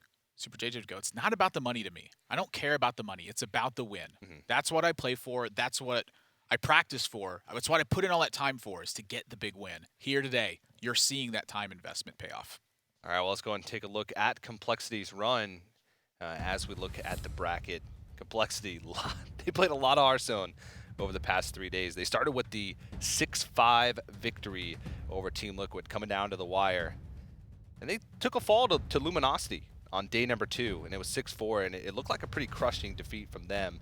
They were able to bring it back this morning. We saw the beat Virtus Pro, and then in the rematch against Luminosity in the finals, they bring it back, turn it around on Luminosity, and take the series 6-4 to become the champions. It's been a long season, 10 weeks effectively of Hearthstone, 7 weeks of regular season, a couple-week break, and then the finals. But CompLexity takes it. You got to hand it to Luminosity. They had a great season, and second place is not, I mean, it's disappointing from them, but it's still an impressive result considering the stacked field that we had, the stacked 8 teams that we had. Even if you go back to the regular season, impressive by both teams, I'd have to say. I don't think there's any question about it. And honestly, the statement of playing Hunter here and taking a risk with it is a sign of respect for CompLexity as well. When the edges are this close, the way that you're going to find the edge is through matchups. The in-game play, I mean, both of the teams just played incredibly throughout the entire weekend. When you have these big risks in these decks that are meant to target specific strategies, what ends up happening is that means that you have now said, I can't outplay you. I got to get you somewhere else outside the game. That's the risk they took with Hunter. You got to do that against some of the better teams. Otherwise, the edge is going to be super close. Where do you find it? Yeah, so CompLexity, it's been a long time, again, like I said, since we've seen Team Leagues in action And now in the first one, at least of this year, we see that CompLexity look like the team to beat. They got a huge roster. They talked earlier about how they have that support behind them. You know, their manager is in there with them. They have a whole bunch of players behind them as well on their team that I'm sure give them words of advice, help them with specific matchups, help them with decks. It really has been a team effort, which is, you know, what we sort of wanted with the Trinity Series to begin with. But to get a few words from our champions, let's head over to Dan with Trinity tonight. Congratulations, CompLexity. You are the first and only Trinity Series champions, and you did it off of back-to-back series. It's 5 p.m. On the dot here in Burbank, California, and you guys have been here since, what, a little bit before 8 a.m. and playing and prepping since then. So it's been 9 hours straight of Hearthstone. Gotta say, you guys look exhausted. Is it the adrenaline or the exhaustion really running through you right now, JJ? It's both. Yeah, I first of all want to give a big shout out to our manager, Søren Fantasy. He scouted all the time for us. Like, it was actually insane. Like, he also got all the deck lists ready and something. He's like probably the best manager you can have, and also to CompLexity as a team and all the sponsors. Thanks for supporting us. Yeah, Jason Lake stuck around the entire time just to chill and support you guys. He gave up the hug, of course. Some people might be wondering, wait, who's that? Is he the fourth member, or is he the manager? Is that Fantasy? Now it's, you know, of course, the guy who heads the entire organization coming down himself. What does this win mean for you, Yagud? I mean, I know you said you've been trying to focus a little bit more on competitive recently, and I'm, you know, forgive me if I'm ignorant, but I think this is your biggest win so far by a big margin. Yeah, I think the closest win was 2014 when I almost qualified for BlitzCon. Well, it feels good. Well, very succinct. Crane, you did get to the championships last year, and now you're able to take this under your belt. Is there any special meaning being able to do it with teammates compared to just doing it individually? Not particularly. I mean, I enjoy team games a lot, and so it was like a nice experience for me. But as for like, no. Any big result is just super nice. All right, well, certainly a super nice achievement. Deserves a super nice trophy. TJ, please come up on the stage and present these guys what they have won, which seems to be a giant plaque for you guys to take back to Europe. And also a small kazoo. And a small kazoo. You can have... You have to throw it. This thing might be bigger than Yagud himself. How does it do? Yeah. How does it You work? bully. Huh? I think you're blowing it. I think you're trying to blow in the wrong end. You gotta blow in the other end. Try and hum. Maybe not. Hum. No, you just put your mouth on it. You just went on both sides, JJ. There's no turning back. No. All right, well, TJ, figure it out later. You were casting for 9 hours, and of course you were there with CompLexity the entire time. Is there anything you want to say to the team at all? No, big congratulations, guys. It was a pleasure to watch you guys throughout the season. You know, I thought you guys were just going to sweep 7-0 when I saw you guys start 3-0. So you battled back and showed resilience, and it was fun to watch. Is it particularly meaningful that not many people really pegged you guys as the team to watch and to root for? Because, you know, people looking at G2, for example, as probably the most fearsome team on paper going into it and has a big record. You know, people look at even, you know, some of the other teams that didn't qualify, like Alliance, because they have Osaka and Orange, and then they were looking here and they're saying Luminosity has 3 of the top 4 point owners from Americas, and people slept on CompLexity a lot. Is there any extra meaning for you to take the victory because of that? I don't know. Like, I think we ourselves, we saw us as one of the big favorites. Like, we had all the top players, and I don't think it's like super meaningful. I think we ourselves knew that we are a good team. We can work together well, and I also think we have proven that. All right. Well, is there anything else that you guys want to say? Because I know, JJ, you've been very expressive, but we haven't had too much time to reflect either through Crane or Yaga. Crane, look like you want to say something?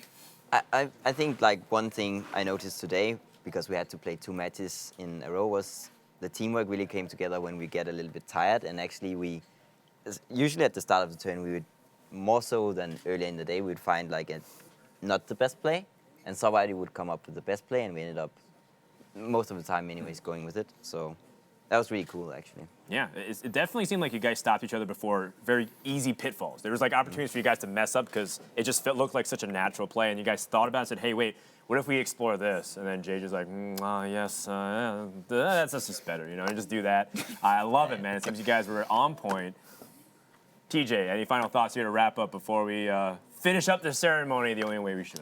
No, just once again, a big congratulations to you guys on CompLexity. And also a huge shout out to all you guys who have watched at home. If you watched for any second throughout the course of the Trinity Series, we appreciate you. Also, Trinity Series has been a big team effort. You know, a big shout out to all the production that have made this possible, the entire crew that have come together, whether they worked a minute, whether they worked all 7 weeks through the playoffs. A big thank you. Also, a big thank you to the teams and organizations for being on time with their matches, at least most of the time, and for giving us some good shows. And also, Dan, a big shout out to you for having some good confetti. Wow, that was so disappointing. I was supposed to try to do some celebration here. Anyways, we've had a wonderful time here at the Trinity Series for Season 1 Finals. A big shout out to all the production crew for Team Luminosity, Team CompLexity, Team Liquid, and Virtus Pro from Frodan, TJ, and Admirable. Thanks for watching. We'll have a final send-off with TJ and the one-man band. Play it off, TJ.